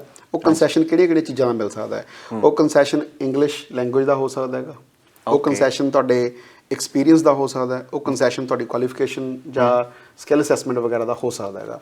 ਜਿੱਦਾਂ ਮੈਂ ਤੁਹਾਡੇ ਨਾਲ ਪਹਿਲਾਂ ਗੱਲ ਕਰ ਰਿਹਾ ਸੀਗਾ ਕਿ ਇਹ ਇੱਕ ਅਗਰੀਮੈਂਟ ਆ ਜਿਹੜਾ ਕਿ ਆਲਰੇਡੀ ਇਨ ਪਲੇਸ ਹੈਗਾ, ਮਤਲਬ ਕਿ ਇਹ ਅਗਰੀਮੈਂਟ ਆਲਰੇਡੀ ਹੋਇਆ ਹੈਗਾ। ਠੀਕ ਹੈ। ਹੁਣ ਜਿਹੜਾ ਉਹ ਅਗਰੀਮੈਂਟ ਆਲਰੇਡੀ ਹੋਇਆ ਡਿਪਾਰਟਮੈਂਟ ਆਫ ਹੋਮ ਅਫੇਅਰਸ ਤੇ ਦੂਜਾ ਸਟੇਟ ਉਹਨਾਂ ਦਾ ਆਪਸ ਦੇ ਵਿੱਚ ਇੱਕ ਅਗਰੀਮੈਂਟ ਹੋਇਆ ਸਮਝੌਤਾ ਹੋਇਆ ਕਿ ਸਾਡੀ ਇਸ ਸਟੇਟ ਦੇ ਵਿੱਚ ਆ ਆਕੂਪੇਸ਼ਨਸ ਨੇ, ਉਹ ਆਲਰੇਡੀ ਉਹਨਾਂ ਨੇ ਕੰਸੈਸ਼ਨ ਲਏ ਹੋਏ ਨੇਗੇ ਡਿਪਾਰਟਮੈਂਟ ਆਫ ਹੋਮ ਅਫੇਅਰਸ ਤੋਂ, ਜਿਹਦੇ ਵਿੱਚ ਅਗਰ ਤੁਸੀਂ ਡਾਮਾ ਦੀ ਉਸ ਪਰਟੀਕੂਲਰ ਏਰੀਆ ਦੇ ਵਿੱਚ ਜਾਓਗੇ ਉੱਥੇ ਉਹਨਾਂ ਨੇ ਦੱਸਿਆ ਹੋਇਆ ਕਿ ਨਾਰਮਲ ਜਿਹੜੀ ਰਿਕੁਆਇਰਮੈਂਟ ਹੁੰਦੀ ਹੈਗੀ, ਮੰਨ ਲਓ 5 ਈਚ ਦੀ ਰਿਕੁਆਇਰਮੈਂਟ ਹੈ ਕਿਸੇ ਆਕੂਪੇਸ਼ਨ ਵਾਸਤੇ, ਪਰ ਅਗਰ ਉਹ ਆਕੂਪੇਸ਼ਨ ਤੁਹਾਡੀ ਡਾਮਾ ਦੀ ਲਿਸਟ ਦੇ ਵਿੱਚ ਹੈ ਤਾਂ ਹੋ ਸਕਦਾ ਉਹਦੇ ਵਿੱਚ ਉਹਨਾਂ ਨੇ ਕੰਸੈਸ਼ਨ ਲਿਆ ਹੋਵੇ। ਤਾਂ ਬੇਸਿਕਲੀ ਤੁਹਾਡੇ ਕੁਐਸਚਨ ਦਾ ਆਨਸਰ ਇਹ ਹੈ ਵੀ ਹਾਂਜੀ ਬਿਲਕੁਲ ਕੰਸੈਸ਼ਨ ਹੁੰਦੇ ਨੇਗੇ, ਪਰ ਉਹ ਕਿੰਨੇ ਹੁੰਦੇ ਨੇ ਉਹ ਸਟੇਟ ਦੇ ਉਸ ਪਰਟੀਕੂਲਰ ਅਗਰੀਮੈਂਟ ਦੇ ਉੱਤੇ ਡਿਪੈਂਡ ਕਰਦਾ। ਨਾਰਦਰਨ ਟੈਰੀਟਰੀ ਦੇ ਵਿੱਚ ਜਿਹੜਾ ਕੰਸੈਸ਼ਨ ਲਿਆ ਹੋਇਆ ਨਾਰਦਰਨ ਗੌਰਮੈਂਟ ਜਿਹੜੀ NT ਦੀ ਗੌਰਮੈਂਟ ਆ ਉਹਨੇ, ਹੋ ਸਕਦਾ ਉਹ ਕੁਈਨਜ਼ਲੈਂਡ ਗੌਰਮੈਂਟ ਨਾਲੋਂ ਡਿਫਰੈਂਟ ਹੋਵੇ। ਸੋ ਇਹਦਾ ਇੱਕ ਆਨਸਰ ਨਹੀਂ ਹੈਗਾ ਕਿ 5 ਹੈ ਜਾਂ 4 ਹੈ। ਹੋ ਸਕਦਾ ਕੁਝ ਆਕੂਪੇਸ਼ਨਸ ਨੇ ਜਿਨ੍ਹਾਂ ਦੇ ਵਿੱਚ ਉਹਨਾਂ ਨੇ ਇਹ ਕਹਿਤਾ ਵੀ ਸਾਨੂੰ ਓਵਰਆਲ 4 ਬੈਂਡ ਚਾਹੀਦੇ ਨੇ ਜੀ, ਮਿਨੀਮਮ ਦਾ ਕੋਈ ਚੱਕਰ ਨਹੀਂ, ਮਤਲਬ ਜਸਟ ਇੱਕ ਐਗਜ਼ਾਮਪਲ ਦੇ ਰਿਹਾ। ਜਾਂ ਕਹਿ ਲਓ ਕਿ 4-4-4 ਓਵਰਆਲ 5 ਹੋਣ, ਮਿਨੀਮਮ 4-4 ਹੋ ਸਕਦੇ ਨੇ। ਸੋ ਇੱਦਾਂ ਦੇ ਹਰ ਇੱਕ ਸਟੇਟ ਨੇ ਆਪਣੇ ਜਿਹੜੇ ਕੰਸੈਸ਼ਨ ਨੇ ਉਹ ਆਲਰੇਡੀ ਡਿਫਾਈਨ ਕੀਤੇ ਹੋਏ ਨੇ, ਅਗਰੀਮੈਂਟ ਹੋਇਆ ਉਹਨਾਂ ਦਾ। ਸੋ ਕਈ ਆਕੂਪੇਸ਼ਨ ਦੇ ਵਿੱਚ ਇੱਦਾਂ ਵੀ 4 ਓਵਰਆਲਸ ਇੱਦਾਂ ਵੀ ਆਪਸ਼ਨਸ ਹੈਗੀਆਂ ਨੇ। ਮਤਲਬ ਕਿ ਇਹਨਾਂ ਨੇ ਇੱਕ ਕੋਟੇ ਰੱਖ ਲਏ, ਸਰਕਾਰ ਨੂੰ ਕਹਿਤਾ ਵੀ ਭਾਈ ਸਾਨੂੰ ਆਹ ਬੰਦੇ ਆਹ ਪ੍ਰੋਫੈਸ਼ਨ ਦੇ ਵਿੱਚ ਸਾਨੂੰ ਚਾਹੀਦੇ ਨੇ ਤੇ ਅਸੀਂ ਇਹਨਾਂ ਦੇ ਵਾਸਤੇ ਰਿਆਇਤ ਚਾਹੁੰਦੇ ਹਾਂ ਤੁਹਾਡੇ ਤੋਂ। ਜੀ, ਉਹ ਆਲਰੇਡੀ ਅਗਰੀਮੈਂਟ ਪਲੇਸ ਹੋ ਚੁੱਕਿਆ ਹੈ, ਡਾਮਾ ਉਸੇ ਚੀਜ਼ ਨੂੰ ਬੋਲਿਆ। ਤੇ ਉਹਨਾਂ ਨੇ ਸਰਕਾਰ ਨੇ ਸੈਂਟਰ ਨੇ ਉਹਨਾਂ ਨੂੰ ਪਰਮਿਸ਼ਨ ਦੇ ਦਿੱਤੀ ਵੀ ਤੁਸੀਂ ਇਸ ਕੈਟਾਗਰੀ 'ਚ ਆ ਰਹੇ ਨੇ ਜਿਹੜੇ ਤੁਸੀਂ ਰਿਆਇਤ ਦੇ ਸਕਦੇ ਹੋ। ਸੋ ਉਹਨਾਂ ਨੇ ਬੇਸਿਕਲੀ ਉਹ ਬਿਜ਼ਨੈਸਿਸ ਜਿਹੜੇ ਉਸ ਲੋਕੇਸ਼ਨ ਦੇ ਉੱਤੇ ਆਪਰੇਟ ਕਰ ਰਹੇ ਨੇ ਉਹਨਾਂ ਦਾ ਆਲਰੇਡੀ ਰਾਹ ਪੱਧਰਾ ਕੀਤਾ ਹੋਇਆ ਅਗਰੀਮੈਂਟ ਇਨ ਪਲੇਸ ਆ। ਉਹਨਾਂ ਨੇ ਕੀ ਕਰਨਾ ਹੈ, ਬਿਜ਼ਨਸ ਨੇ ਪਹਿਲਾਂ ਜਿਹੜੀ ਸਟੇਟ ਅਥਾਰਟੀ ਹੈਗੀ ਉਹਨਾਂ ਤੋਂ ਉਹਦਾ ਅਪਰੂਵਲ ਲੈਣਾ, ਉਸ ਤੋਂ ਬਾਅਦ ਉਸੇ ਡਾਮਾ ਦੇ ਵਿੱਚ ਆਪਣੀਆਂ ਰਿਕੁਆਇਰਮੈਂਟਸ ਭਰ ਕੇ ਜਿਹੜਾ ਅਗਰੀਮੈਂਟ ਹੈ ਆਪਣੇ ਜਿਹੜੀ ਕਹਿ ਲਓ ਕਿ ਡਿਪਾਰਟਮੈਂਟ ਆਫ ਹੋਮ ਅਫੇਅਰਸ ਹੈ ਉਹਨਾਂ ਤੋਂ ਉਸ ਚੀਜ਼ ਦਾ ਅਪਰੂਵਲ ਲੈਣਾ। ਫਿਰ ਉਸ ਤੋਂ ਬਾਅਦ ਉਹਨਾਂ ਜਿਹੜੀਆਂ ਪੋਜੀਸ਼ਨਸ ਨੇਗੀਆਂ ਜਿਹੜੀਆਂ ਅਪਰੂਵਲ ਮਿਲ ਜਾਂਦਾ ਉਹਨਾਂ ਨੂੰ ਨੋਮੀਨੇਟ ਕਰਕੇ ਅੱਗੇ ਉਹਨਾਂ ਦੇ ਵੀਜ਼ੇ ਲਾਉਣੇ। ਚਲੋ ਇਹ ਵੀ ਹੋ ਗਿਆ, ਪੁਆਇੰਟ ਵੀ ਹੋ ਗਿਆ ਤੁਹਾਡਾ, ਤੇ ਇੰਗਲਿਸ਼ ਵਾਲਾ ਵੀ ਥੋੜ੍ਹਾ ਜਿਹਾ ਕਲੀਅਰ ਹੋ ਗਿਆ। ਇਹਦੇ ਵਿੱਚ ਜਿਹੜਾ ਇੱਕ ਮੰਨ ਲਓ ਸਪੋਜ਼ ਹੁਣ ਕੋਈ ਕੁੱਕਰੀ ਵਾਲਾ ਜਾਂ ਕੋਈ ਹੋਰ ਆ, ਉਹਨਾਂ ਦੀ ਕੁਆਲੀਫਿਕੇਸ਼ਨ ਜਾਂ ਉਹਨਾਂ ਦਾ ਵਰਕ ਐਕਸਪੀਰੀਅੰਸ ਕਿੰਨਾ ਹੋਊਗਾ, ਕਿਵੇਂ ਅਪਲਾਈ ਕਰ ਸਕਦੇ ਨੇ, ਉਹਦੀ ਕੀ ਆ? ਨਾਰਮਲ ਜਿਹੜੇ ਇਹ ਵੀਜ਼ਾ ਹੁੰਦੇ ਨੇ ਇਹਨਾਂ ਦੇ ਵਿੱਚ 2 ਸਾਲ ਦਾ ਜਿਹੜਾ ਐਕਸਪੀਰੀਅੰਸ ਆ ਉਹ ਚਾਹੀਦਾ ਹੁੰਦਾ ਹੈਗਾ। ਲੇਕਿਨ ਜਿੱਦਾਂ ਮੈਂ ਪਹਿਲਾਂ ਗੱਲ ਕਰ ਰਿਹਾ ਸੀ ਜਿਹੜੇ ਕੰਸੈਸ਼ਨ ਨੇਗੇ ਉਹ ਉਹਨਾਂ ਨੇ ਦੱਸਿਆ ਹੋਇਆ ਹਰ ਇੱਕ ਡਾਮਾ ਦੇ ਵਿੱਚ ਕਿ ਅਗਰ ਤਾਂ ਤੁਹਾਡੀ ਜਿਹੜੀ ਨਾਰਮਲ ਆਕੂਪੇਸ਼ਨਸ ਨੇਗੀਆਂ ਜਿਹੜੀਆਂ ਲਿਸਟ ਦੇ ਉੱਤੇ ਆਲਰੇਡੀ ਹੈਗੀਆਂ ਨੇ, ਜਿੱਦਾਂ ਕਿ ਸ਼ੈਫ ਕੁੱਕ ਹੋ ਗਿਆ, ਹੋ ਸਕਦਾ ਉਹਨਾਂ ਦੀ ਸੇਮ ਰਿਕੁਆਇਰਮੈਂਟ ਹੋਵੇ। ਲੇਕਿਨ ਜਿਹੜੀਆਂ ਬਾਕੀ ਆਕੂਪੇਸ਼ਨ ਕੁਝ ਕੁ ਉਹਨਾਂ ਨੇ ਕੰਸੈਸ਼ਨ ਲਏ ਹੁੰਦੇ ਨੇਗੇ ਜਿਹਦੇ ਵਿੱਚ ਕਿਉਂਕਿ ਜਿਹੜੇ ਇਹ ਵੀਜ਼ਾ ਜਿੱਦਾਂ 482 ਵੀਜ਼ਾ ਇਹਨਾਂ ਦੇ ਵਿੱਚ ਕਈ ਆਕੂਪੇਸ਼ਨਸ ਦੇ ਵਿੱਚ ਸਕਿੱਲ ਅਸੈਸਮੈਂਟ ਚਾਹੀਦੀ ਹੁੰਦੀ ਹੈ। ਸੋ ਇਹਦੇ ਵਿੱਚ ਵੀ ਹੋ ਸਕਦਾ ਉਹਨੂੰ ਸਕਿੱਲ ਅਸੈਸਮੈਂਟ ਬੋਲਦੇ ਹੋਣ ਉਸ ਪਰਟੀਕੂਲਰ ਸਟੇਟ ਦੇ ਵਿੱਚ, ਜਾਂ ਸਕਿੱਲ ਕਹਿ ਲਓ ਕਿ ਐਂਡੋਰਸਮੈਂਟ ਕਰਾਉਣੀ ਹੈ ਉਹਨਾਂ ਨੇ ਸਟੇਟ ਗੌਰਮੈਂਟ ਤੋਂ, ਉਹਨਾਂ ਨੇ ਦਿਖਾਉਣਾ ਹੈ, ਜਾਂ ਵਾਕਈ ਇੱਕ ਸਕਿੱਲ ਅਸੈਸਮੈਂਟ ਉਹਨਾਂ ਨੂੰ ਪ੍ਰੋਪਰ ਚਾਹੀਦੀ ਹੈਗੀ। ਪਰ ਉਹਦੀਆਂ ਸ਼ਰਤਾਂ ਨੇ ਉਹ ਨਾਰਮਲ ਸਕਿੱਲ ਅਸੈਸਮੈਂਟ ਨਾਲੋਂ ਡਿਫਰੈਂਟ ਹੋ ਸਕਦੀਆਂ ਨੇ। ਫੋਰ ਐਗਜ਼ਾਮਪਲ ਮੰਨ ਲਓ ਟਰੱਕ ਡਰਾਈਵਰ ਦੀ ਆਪਾਂ ਗੱਲ ਕਰੀਏ, NT ਦੀ, ਮੇਰੇ ਇਕੱਲੀ ਉਹਨਾਂ ਦੀ ਸ਼ਰਤ ਤਾਂ ਨਹੀਂ ਯਾਦ, ਬਟ ਮੈਂ ਇੱਕ ਐਗਜ਼ਾਮਪਲ ਦੇ ਤੌਰ ਤੇ ਯੂਜ਼ ਕਰ ਰਿਹਾ ਕਿ ਹੋ ਸਕਦਾ ਕਿ ਅਗਰ ਤੁਹਾਡੇ ਕੋਲੇ ਸਰਟੀਫਿਕੇਟ 2 ਕੀਤਾ ਤੁਸੀਂ ਡਰਾਈਵਿੰਗ ਦਾ ਤਾਂ ਨਾਲ ਤੁਹਾਨੂੰ 20 ਘੰਟੇ 1 ਸਾਲ ਦਾ ਐਕਸਪੀਰੀਅੰਸ ਚੱਲ ਜੇ। ਜੇ ਤੁਹਾਡੇ ਕੋਲ ਸਰਟੀਫਿਕੇਟ ਨਹੀਂ ਹੈਗਾ ਤਾਂ ਤੁਹਾਨੂੰ 2 ਸਾਲ 20 ਘੰਟੇ ਦਿਖਾਉਣਾ ਪੈ ਜੇ। ਤੇ ਇੱਦਾਂ ਕਰਕੇ ਉਹਨਾਂ ਨੇ ਆਲਰੇਡੀ ਨੈਗੋਸ਼ੀਏਟ ਕਰਕੇ ਉਹ ਚੀਜ਼ ਰਿਕੁਆਇਰਮੈਂਟ ਦੱਸੀਆਂ ਹੋਈਆਂ ਨੇ। ਹੋ ਸਕਦਾ ਸਿਰਫ ਤੁਹਾਡਾ ਇਕੱਲਾ ਐਕਸਪੀਰੀਅੰਸ ਆ ਜਿਹੜਾ ਉਹਦੇ ਨਾਲ ਹੀ ਤੁਹਾਡਾ ਕੰਮ ਚੱਲ ਜਾਵੇ, ਭਾਵੇਂ 20 ਆਵਰਸ ਕਰੀ ਜਾਂਦੇ ਹੋ। ਸੋ ਅਲੱਗ-ਅਲੱਗ ਆਕੂਪੇਸ਼ਨ ਦਾ ਅਲੱਗ-ਅਲੱਗ ਕ੍ਰਾਈਟੇਰੀਆ ਬਣਿਆ ਹੋਇਆ। ਅੱਛਾ, ਇਹਦੇ ਵਿੱਚ ਹੁਣ ਮੈਂ ਆ ਰਿਹਾ ਕਿ ਇਹ ਓਵਰਸੀਜ਼ ਪਰਸਨ ਵੀ ਕੋਈ ਅਪਲਾਈ ਕਰ ਸਕਦਾ, ਜਸਟ ਓਨਲੀ ਇਹ ਫॉर ਜਿਹੜੇ ਆਪਣੇ ਇੱਥੇ ਆਸਟ੍ਰੇਲੀਆ 'ਚ ਰਹਿੰਦੇ ਨੇ ਉਹਨਾਂ ਵਾਸਤੇ ਹੈ? ਕੋਈ ਵੀ ਅਪਲਾਈ ਕਰ ਸਕਦਾ। ਬੇਸਿਕਲੀ ਬਿਜ਼ਨਸ ਦੇ ਉੱਤੇ ਆ ਕਿ ਉਹਨੇ ਕਿੰਨੀਆਂ ਪੋਜੀਸ਼ਨਸ ਅਗਲੇ ਕਿੰਨੇ ਸਾਲਾਂ ਲਈ। ਉਹਦੇ ਵਿੱਚ ਵੀ ਹੁੰਦਾ ਕਿ ਉਹ ਜਿਹੜੀ ਸਟੇਟ ਹੈਗੀ ਉਹਦੀ ਆਕੂਪੇਸ਼ਨ ਹੈ ਜਿਹੜੀ ਉਹਨਾਂ ਦੀ ਲਿਸਟ ਦੇ ਵਿੱਚ ਰਹਿਣੀ ਚਾਹੀਦੀ ਹੈ। ਸੋ ਅਗਲੇ 1 2 3 4 5 ਸਾਲਾਂ ਲਈ ਤੁਸੀਂ ਅਪਰੂਵ ਕਰਵਾ ਸਕਦੇ ਹੋ। ਜਦੋਂ ਉਹ ਅਪਰੂਵ ਹੋ ਗਿਆ, ਜਦੋਂ ਡਾਮਾ ਅਪਰੂਵ ਹੋ ਗਿਆ, ਉਸ ਤੋਂ ਬਾਅਦ ਨੋਮੀਨੇਸ਼ਨ ਦੇ ਵਿੱਚ ਤੁਸੀਂ ਜਿਹੜੀ ਆ ਉਹ ਡਿਟੇਲ ਜਾਂਦੀ ਹੈ। ਸੋ ਉਸ ਤੋਂ ਬਾਅਦ ਇਹ ਫਰਕ ਨਹੀਂ ਪੈਂਦਾ ਕਿ ਜਿਹੜਾ ਤੁਹਾਡਾ ਐਪਲੀਕੈਂਟ ਆ ਉਹ ਆਸਟ੍ਰੇਲੀਆ ਦੇ ਵਿੱਚ ਆ ਜਾਂ ਆਸਟ੍ਰੇਲੀਆ ਤੋਂ ਬਾਹਰ ਹੈਗਾ, ਉਹ ਪ੍ਰੀਟੀ ਮੱਚ ਕਹਿ ਲਓ ਕਿ ਅਪਰੂਵਲ ਹੋਏ ਨੇ ਤੁਹਾਡੇ ਪ੍ਰੀ ਅਪਰੂਵਲ ਜਿਹੜੇ ਪਹਿਲੀਆਂ ਸਟੇਜਾਂ ਦੇ, ਤਾਂ ਅਗਲੀਆਂ ਸਟੇਜਾਂ ਉਹ ਪ੍ਰੀਟੀ ਮੱਚ ਸਮੂਥਲੀ ਤੁਹਾਡੀਆਂ ਨਿਕਲ ਜਾਂਦੀਆਂ ਨੇ ਅਪਰੂਵਲ ਵਾਸਤੇ। ਯਾਨੀ ਇਹ ਡਜ਼ਨਟ ਮੈਟਰ, ਕੋਈ ਵੀ ਵੀਜ਼ਾ ਹੋਲਡਰ ਇਸ ਨੂੰ ਅਪਲਾਈ ਕਰ ਸਕਦਾ ਮੀਨਸ ਹੈ? ਹਾਂਜੀ, ਜੇ ਅਗਰ ਤੁਸੀਂ ਆਸਟ੍ਰੇਲੀਆ ਚੋਂ ਤਾਂ ਤੁਸੀਂ ਅਪਲਾਈ ਕਰ ਸਕਦੇ ਹੋ ਕਿਸੇ ਵੀ ਵੀਜ਼ੇ ਤੇ ਹੋਈ ਹੈ, ਐਜ਼ ਲੌਂਗ ਐਜ਼ ਤੁਸੀਂ ਤੁਹਾਡਾ ਐਮਪਲੋਇਰ ਆ ਜਿਹੜੇ ਉਹ ਬਾਕੀ ਸ਼ਰਤਾਂ ਪੂਰੀਆਂ ਕਰਦੇ ਨੇ, ਤੇ ਤੁਸੀਂ ਜੋ ਇਹਨਾਂ ਦੀ ਜਿੱਦਾਂ ਕਿ ਆਪਾਂ ਸਕਿੱਲ ਦੀ ਗੱਲ ਕਰਦੇ ਹਾਂ ਜਾਂ ਐਕਸਪੀਰੀਅੰਸ ਦੀ ਗੱਲ ਕਰਦੇ ਹਾਂ ਜਾਂ ਇੰਗਲਿਸ਼ ਦੀ ਗੱਲ ਕਰਦੇ ਹਾਂ, ਤੁਸੀਂ ਉਹ ਸਾਰੀਆਂ ਸ਼ਰਤਾਂ ਪੂਰੀਆਂ ਕਰਦੇ ਹੋ ਤਾਂ ਤੁਸੀਂ ਇੱਥੇ ਬੈਠੇ ਹੋ ਜਾਂ ਕਿਸੇ ਇੰਡੀਆ ਜਾਂ ਕਿਸੇ ਹੋਰ ਕੰਟਰੀ ਹੋ ਤਾਂ ਕੋਈ ਫਰਕ ਨਹੀਂ ਪੈਂਦਾ ਉਸ ਚੀਜ਼, ਕੋਈ ਫਰਕ ਨਹੀਂ ਪੈਂਦਾ। ਸੋ ਇਹ ਤਾਂ ਕਾਫੀ ਇੰਟਰਸਟਿੰਗ ਆ ਦੋਸਤੋ, ਇਹਦੇ ਬਾਰੇ ਜ਼ਰੂਰ ਤੁਸੀਂ ਅਪਾਇੰਟਮੈਂਟ ਬੁੱਕ ਕਰੋ ਤੇ ਡਿਟੇਲ ਦੇ ਵਿੱਚ ਇਸ ਦੇ ਨਾਲ ਚਰਚਾ ਕਰਿਓ, ਕਾਫੀ ਰਿਲੈਕਸੇਸ਼ਨ ਮਿਲ ਸਕਦੀ ਹੈ। ਮੇਰੇ ਹਿਸਾਬ ਨਾਲ ਇਹ ਇੱਕ ਈਜ਼ੀ ਵੇ ਆ ਸਾਡੇ। ਇੱਕ ਜਸਟ ਆਪਾਂ ਜਦੋਂ ਐਗਰੀਮੈਂਟ ਦੀ ਗੱਲ ਕਰਦੇ ਹਾਂ, ਇਹ ਤਾਂ ਹੈਗਾ ਡਾਮਾ। ਹਾਂਜੀ, ਇੱਦਾਂ ਕਈ ਹੋਰ ਇੰਡਸਟਰੀਜ਼ ਨੇ, ਫੋਰ ਐਗਜ਼ਾਮਪਲ ਹਾਰਟੀਕਲਚਰ ਇੰਡਸਟਰੀ ਹੈ, ਹਾਂਜੀ, ਉਹਨਾਂ ਦਾ ਇੱਕ ਹਿਲਾ ਕਰਕੇ ਹੈਗਾ, ਉਹਨੂੰ ਕਹਿੰਦੇ ਨੇ ਹਾਰਟੀਕਲਚਰ ਇੰਡਸਟਰੀ ਲੇਬਰ ਐਗਰੀਮੈਂਟ ਹਿਲਾ। ਸੋ ਅਗਰ ਤੁਸੀਂ ਹਾਰਟੀਕਲਚਰ ਇੰਡਸਟਰੀ ਦੇ ਵਿੱਚੋਂ ਤੁਹਾਡੇ ਕੋਲ EMPLOYER ਹੈਗੇ ਨੇ ਜਿਹੜੇ ਤੁਹਾਨੂੰ ਸਪਾਂਸਰ ਕਰਨ ਲਈ ਰੈਡੀ ਨੇ, ਤੁਸੀਂ ਉਹਦੇ ਬਾਰੇ ਵੀ ਕੰਸੀਡਰ ਕਰ ਸਕਦੇ ਹੋ। ਉਹ 'ਚ ਵੀ ਸਿਮਿਲਰਲੀ ਜਿੱਦਾਂ ਇਹਦੇ ਵਿੱਚ ਇੱਕ ਆਲਰੇਡੀ ਐਗਰੀਮੈਂਟ ਹੈਗਾ, ਉਹ ਵੀ ਇੰਡਸਟਰੀ ਨੇ ਜਿੱਦਾਂ ਇਹ ਏਰੀਆ ਦੇ ਵਿੱਚ ਸਰਕਾਰ ਨੇ ਕੀਤਾ ਹੋਇਆ, ਉਵੇਂ ਇੰਡਸਟਰੀ ਨੇ ਆਲਰੇਡੀ ਇੱਕ ਐਗਰੀਮੈਂਟ ਕੀਤਾ ਹੋਇਆ।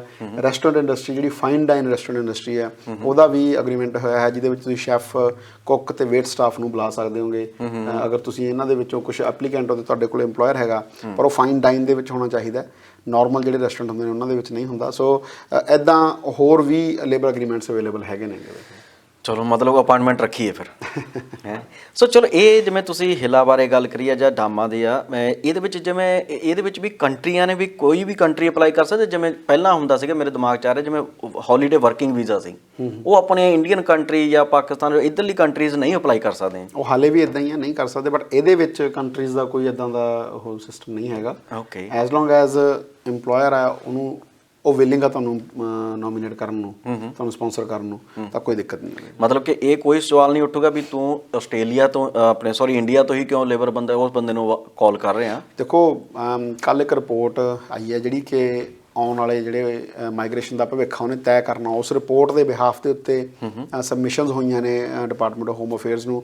ਉਹਨੂੰ ਅਗਲੇ 2-3 ਮਹੀਨੇ 4 ਮਹੀਨੇ ਉਹਨਾਂ ਨੇ ਐਨਾਲਾਈਜ਼ ਕਰਕੇ 2022-23 ਦਾ ਜਿਹੜਾ ਪ੍ਰੋਗਰਾਮ ਹੈ, ਸਕਿਲਡ ਮਾਈਗ੍ਰੇਸ਼ਨ ਦਾ ਪ੍ਰੋਗਰਾਮ ਹੈ, ਫੈਮਿਲੀ ਜਿਹੜੇ ਵੀਜ਼ਾਸ ਨੇ ਉਹਨਾਂ ਦੇ ਨੰਬਰ ਤੈਅ ਕਰਨੇ ਨੇ, ਕਿੰਨੀ ਪੋਪੂਲੇਸ਼ਨ ਕਰਨੀ ਆ, ਉਹ ਚੀਜ਼ਾਂ ਤੋਂ ਸਾਰੀ ਇਹਨਾਂ ਨੇ ਜਿਹੜੇ ਐਨਾਲਿਸਿਸ ਕਰਕੇ ਅੱਗੇ ਨੰਬਰਸ ਤੈਅ ਕਰਨੇ ਨੇਗੇ। ਸੋ ਉਹ ਰਿਪੋਰਟਾਂ ਦੇ ਵਿੱਚ ਇੱਕ ਚੀਜ਼ ਮਤਲਬ ਬਿਲਕੁਲ ਆਪਾਂ ਡਿਸਕਸ ਕਰ ਲਾਂਗੇ ਉਹਨਾਂ ਬਾਰੇ ਵੀ, ਬਿਲਕੁਲ ਕਲੀਅਰ ਹੈਗੀ ਕਿ ਆਉਣ ਵਾਲੇ ਸਮੇਂ ਦੇ ਵਿੱਚ ਅਗਲੇ 3, 4, 5, 7 ਸਾਲ 10 ਸਾਲ ਮਾਈਗ੍ਰੇਸ਼ਨ ਦੀ ਇਹਨਾਂ ਨੂੰ ਬਹੁਤ ਲੋੜ ਹੈਗੀ, ਕਿਉਂਕਿ ਇਹ ਇੱਕ ਅਟੁੱਟ ਜਾਂ ਅਨਿੱਖੜਵਾਂ ਅੰਗ ਕਹਿ ਲਓ ਕਿਸੇ ਵੀ ਸੁਸਾਇਟੀ ਦਾ, ਖਾਸ ਕਰਕੇ ਇਹਨਾਂ ਦੇਸ਼ਾਂ ਦੇ ਵਿੱਚ, ਕਿ ਇੱਥੇ ਇੰਨੀ ਮਤਲਬ ਪੋਪੂਲੇਸ਼ਨ ਦੇ ਹਿਸਾਬ ਨਾਲ ਸਕਿੱਲ ਸ਼ਾਰਟੇਜ ਇੰਨੀ ਕੁ ਰਹਿੰਦੀ ਹੈ ਵੀ ਮਾਈਗ੍ਰੇਸ਼ਨ ਦੇ ਉੱਤੇ ਡਿਪੈਂਡੈਂਟ ਹੋਣਾ ਪੈਂਦਾ ਕੰਟਰੀਜ਼ ਨੂੰ, ਕਿ ਅਗਰ ਉਹ ਬੰਦੇ ਇੱਥੇ ਆ ਕੇ ਕੰਮ ਨਹੀਂ ਕਰਨਗੇ ਤਾਂ ਕੰਟਰੀਜ਼ ਨੇ ਬ੍ਰੋਕ ਹੋ ਜਾਣਾ। ਬਿਲਕੁਲ ਬਿਲਕੁਲ। ਅੱਛਾ, ਜਿਹੜੇ ਇਹਦੇ ਵਿੱਚ ਜਿਵੇਂ ਸੈਕਸ਼ਨ 48 ਵਾਲੇ ਨੇ, ਕੀ ਉਹ ਵੀ ਡਾਮਾ ਦੇ ਥਰੂ ਅਪਲਾਈ ਕਰ ਸਕਦੇ ਨੇ? ਸੈਕਸ਼ਨ 48 ਜਿੱਦਾਂ ਮੈਂ ਤੁਹਾਨੂੰ ਦੱਸ ਕੇ ਹਟਿਆ, 482 ਵੀਜ਼ਾ ਤਾਂ ਤੁਹਾਨੂੰ ਨੋਮੀਨੇਸ਼ਨ ਤੱਕ ਦੀ ਪ੍ਰੋਸੈਸ ਤੁਸੀਂ ਕਰ ਸਕਦੇ ਹੋ, ਲੇਕਿਨ ਵੀਜ਼ਾ ਲਾਉਣ ਲਈ ਤੁਹਾਨੂੰ ਬਾਹਰ ਜਾਣਾ ਪੈਣਾ, ਕਿਉਂਕਿ 482 ਵੀਜ਼ਾ ਜਿਹੜਾ ਉਹ ਇਹਦੇ ਵਿੱਚ ਨਹੀਂ ਆਉਂਦਾ, ਲੇਕਿਨ 494 ਹੈ ਜਿਹੜਾ ਉਹ ਆਉਂਦਾ। ਸਿਰਫ ਜਿਵੇਂ ਤੁਹਾਨੂੰ ਮੈਂ ਦੱਸਾਂ ਕਿ ਜਿਹੜਾ ਸੈਕਸ਼ਨ 48 ਸੀਗਾ ਉਹ ਬੇਸਿਕਲੀ ਬਾਰ ਕਰਦਾ, ਉਹ ਤੁਸੀਂ ਜਦੋਂ ਆਸਟ੍ਰੇਲੀਆ ਦੇ ਵਿੱਚੋਂ ਤੁਹਾਡਾ ਕੋਈ ਵੀਜ਼ਾ ਰਿਫਿਊਜ਼ ਜਾਂ ਕੈਂਸਲ ਹੋਇਆ ਤਾਂ ਤੁਸੀਂ ਲਾ ਨਹੀਂ ਸਕਦੇ। ਲੇਕਿਨ ਪਿੱਛੇ ਜੇ ਇਹਨਾਂ ਨੇ 3 ਵੀਜ਼ੇ ਐਡ ਕੀਤੇ ਸੀ, ਜਿਹਦੇ 'ਚ 494, 190 ਤੇ 491 3 ਵੀਜ਼ੇ ਐਡ ਕੀਤੇ ਸੀ।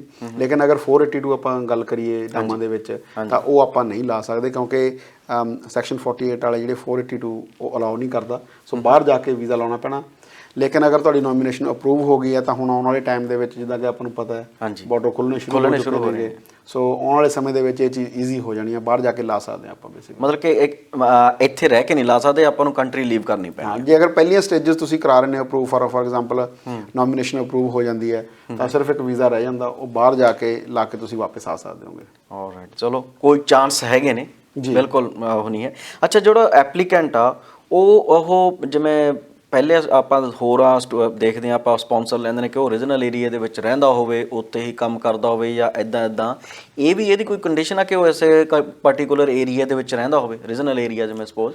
ਨਹੀਂ ਇਦਾਂ ਦਾ ਕੋਈ ਇਹਦਾ ਹੈ ਨਹੀਂਗਾ, ਬਟ ਇਹ ਵੀ ਤੁਸੀਂ ਬਸ ਉਸ ਏਰੀਆ ਜਿਹੜੇ ਡਾਮਾ ਏਰੀਏ ਨੇ ਹਾਂਜੀ। ਉਹਨਾਂ ਦੇ ਵਿੱਚ EMPLOYER ਤੁਹਾਨੂੰ ਵਿਲਿੰਗ ਚਾਹੀਦਾ, ਤੁਹਾਡੇ ਕੋਲ EMPLOYER ਚਾਹੀਦਾ ਜਿਹੜਾ ਤੁਹਾਨੂੰ ਸਪਾਂਸਰ ਕਰੇ। ਮੰਨ ਲਓ ਮੈਂ ਅੱਜ ਇੱਥੋਂ ਬੈਠ ਕੇ ਮੈਂ ਇਸ ਬ੍ਰਿਸਬਨ ਸਿਟੀ 'ਚੋਂ ਬੈਠ ਕੇ ਮੈਂ ਕਿਸੇ ਵੀ ਰੀਜਨਲ ਜਿੱਥੇ ਵੀ ਡਾਮਾ ਦਾ ਏਰੀਆ ਹੈਗਾ ਉੱਥੇ ਮੈਂ ਅਪਲਾਈ ਕਰ ਦੇਵਾਂ, ਜਦੋਂ ਉਹਨੇ ਮੈਨੂੰ ਕਾਲ ਕਰ ਲਈ ਮੈਂ ਉਸ ਟਾਈਮ ਜਾਵਾਂ, ਉਸ ਤੋਂ ਪਹਿਲਾਂ ਮੈਨੂੰ ਉੱਥੇ ਜਾ ਕੇ ਮੂਵ ਹੋਣ ਦੀ ਲੋੜ ਨਹੀਂ। ਪਹਿਲਾਂ ਲੋੜ ਨਹੀਂ ਹੈਗੀ, ਜਦੋਂ ਤੁਹਾਡੀ ਐਪਲੀਕੇਸ਼ਨ ਲੱਗ ਜਾਂਦੀ ਹੈ ਤੁਸੀਂ ਉਸ ਤੋਂ ਬਾਅਦ ਜਾ ਕੇ ਕੰਮ ਸਟਾਰਟ ਕਰ ਸਕਦੇ ਹੋ ਉਹਨਾਂ ਕੋਲ। ਚਲੋ ਕਾਫੀ ਇਹ ਤਾਂ ਜਾਂ ਪਹਿਲਾਂ ਵੀ ਕਰ ਸਕਦੇ ਹੋ, ਬਟ ਤੁਹਾਨੂੰ ਉੱਥੇ ਹੋਣਾ ਜ਼ਰੂਰੀ ਨਹੀਂ ਹੈਗਾ ਬੇਸਿਕਲੀ। ਚਲੋ ਬਹੁਤ ਹੀ ਇੰਟਰਸਟਿੰਗ ਹੈ ਇਹ ਡਾਮਾ ਦੇ ਬਾਰੇ। ਹੋਰ ਜਾਣਕਾਰੀ ਆਪਾਂ ਫਿਰ ਤੁਹਾਡੇ ਤੋਂ ਲਵਾਂਗੇ ਸਰ, ਤੇ ਇਸ ਨੂੰ ਮੁੱਦੇ ਨੂੰ ਥੋੜਾ ਜਿਹਾ ਹੋਰ ਪੈਂਡਿੰਗ ਰੱਖਦੇ ਹਾਂ ਕਿਉਂਕਿ ਇੰਟਰਸਟਿੰਗ ਆ, ਕਈ ਦਰਸ਼ਕ ਆਪਣੇ ਇਹਨਾਂ ਦੇ ਵਿੱਚੋਂ ਫਾਇਦਾ ਚੱਕ ਸਕਦੇ ਨੇ। ਜੀ ਬਿਲਕੁਲ। ਸੋ ਪਰ ਇਜਾਜ਼ਤ ਜੋ ਸਮੇਂ ਦੀਆਂ ਸੂਈਆਂ ਨੇ ਨਹੀਂ ਦਿੰਦੀਆਂ ਸਰ। ਸੋ ਉਮੀਦ ਕਰਦੇ ਹਾਂ ਕਿ ਦੋਸਤੋ ਤੁਸੀਂ ਅੱਜ ਦੇ ਪ੍ਰੋਗਰਾਮ ਤੋਂ ਕਾਫੀ ਲਾਹਾ ਤੱਕਿਆ ਹੋਵੇਗਾ, ਔਰ ਅਗਲੇ ਹਫਤੇ ਇਸੇ ਦਿਨ ਇਸੇ ਟਾਈਮ ਫਿਰ ਤੁਹਾਡੀ ਕਚਹਿਰੀ ਦੇ ਵਿੱਚ ਹਾਜ਼ਰ ਹੋਵਾਂਗੇ। ਤਦ ਤੱਕ ਲਈ ਦੋਸਤੋ ਤੁਸੀਂ ਆਪਣਾ ਖਿਆਲ ਰੱਖਣਾ। ਤੁਹਾਡਾ ਸਾਰਿਆਂ ਦਾ ਬਹੁਤ ਬਹੁਤ ਸ਼ੁਕਰੀਆ ਜੀ।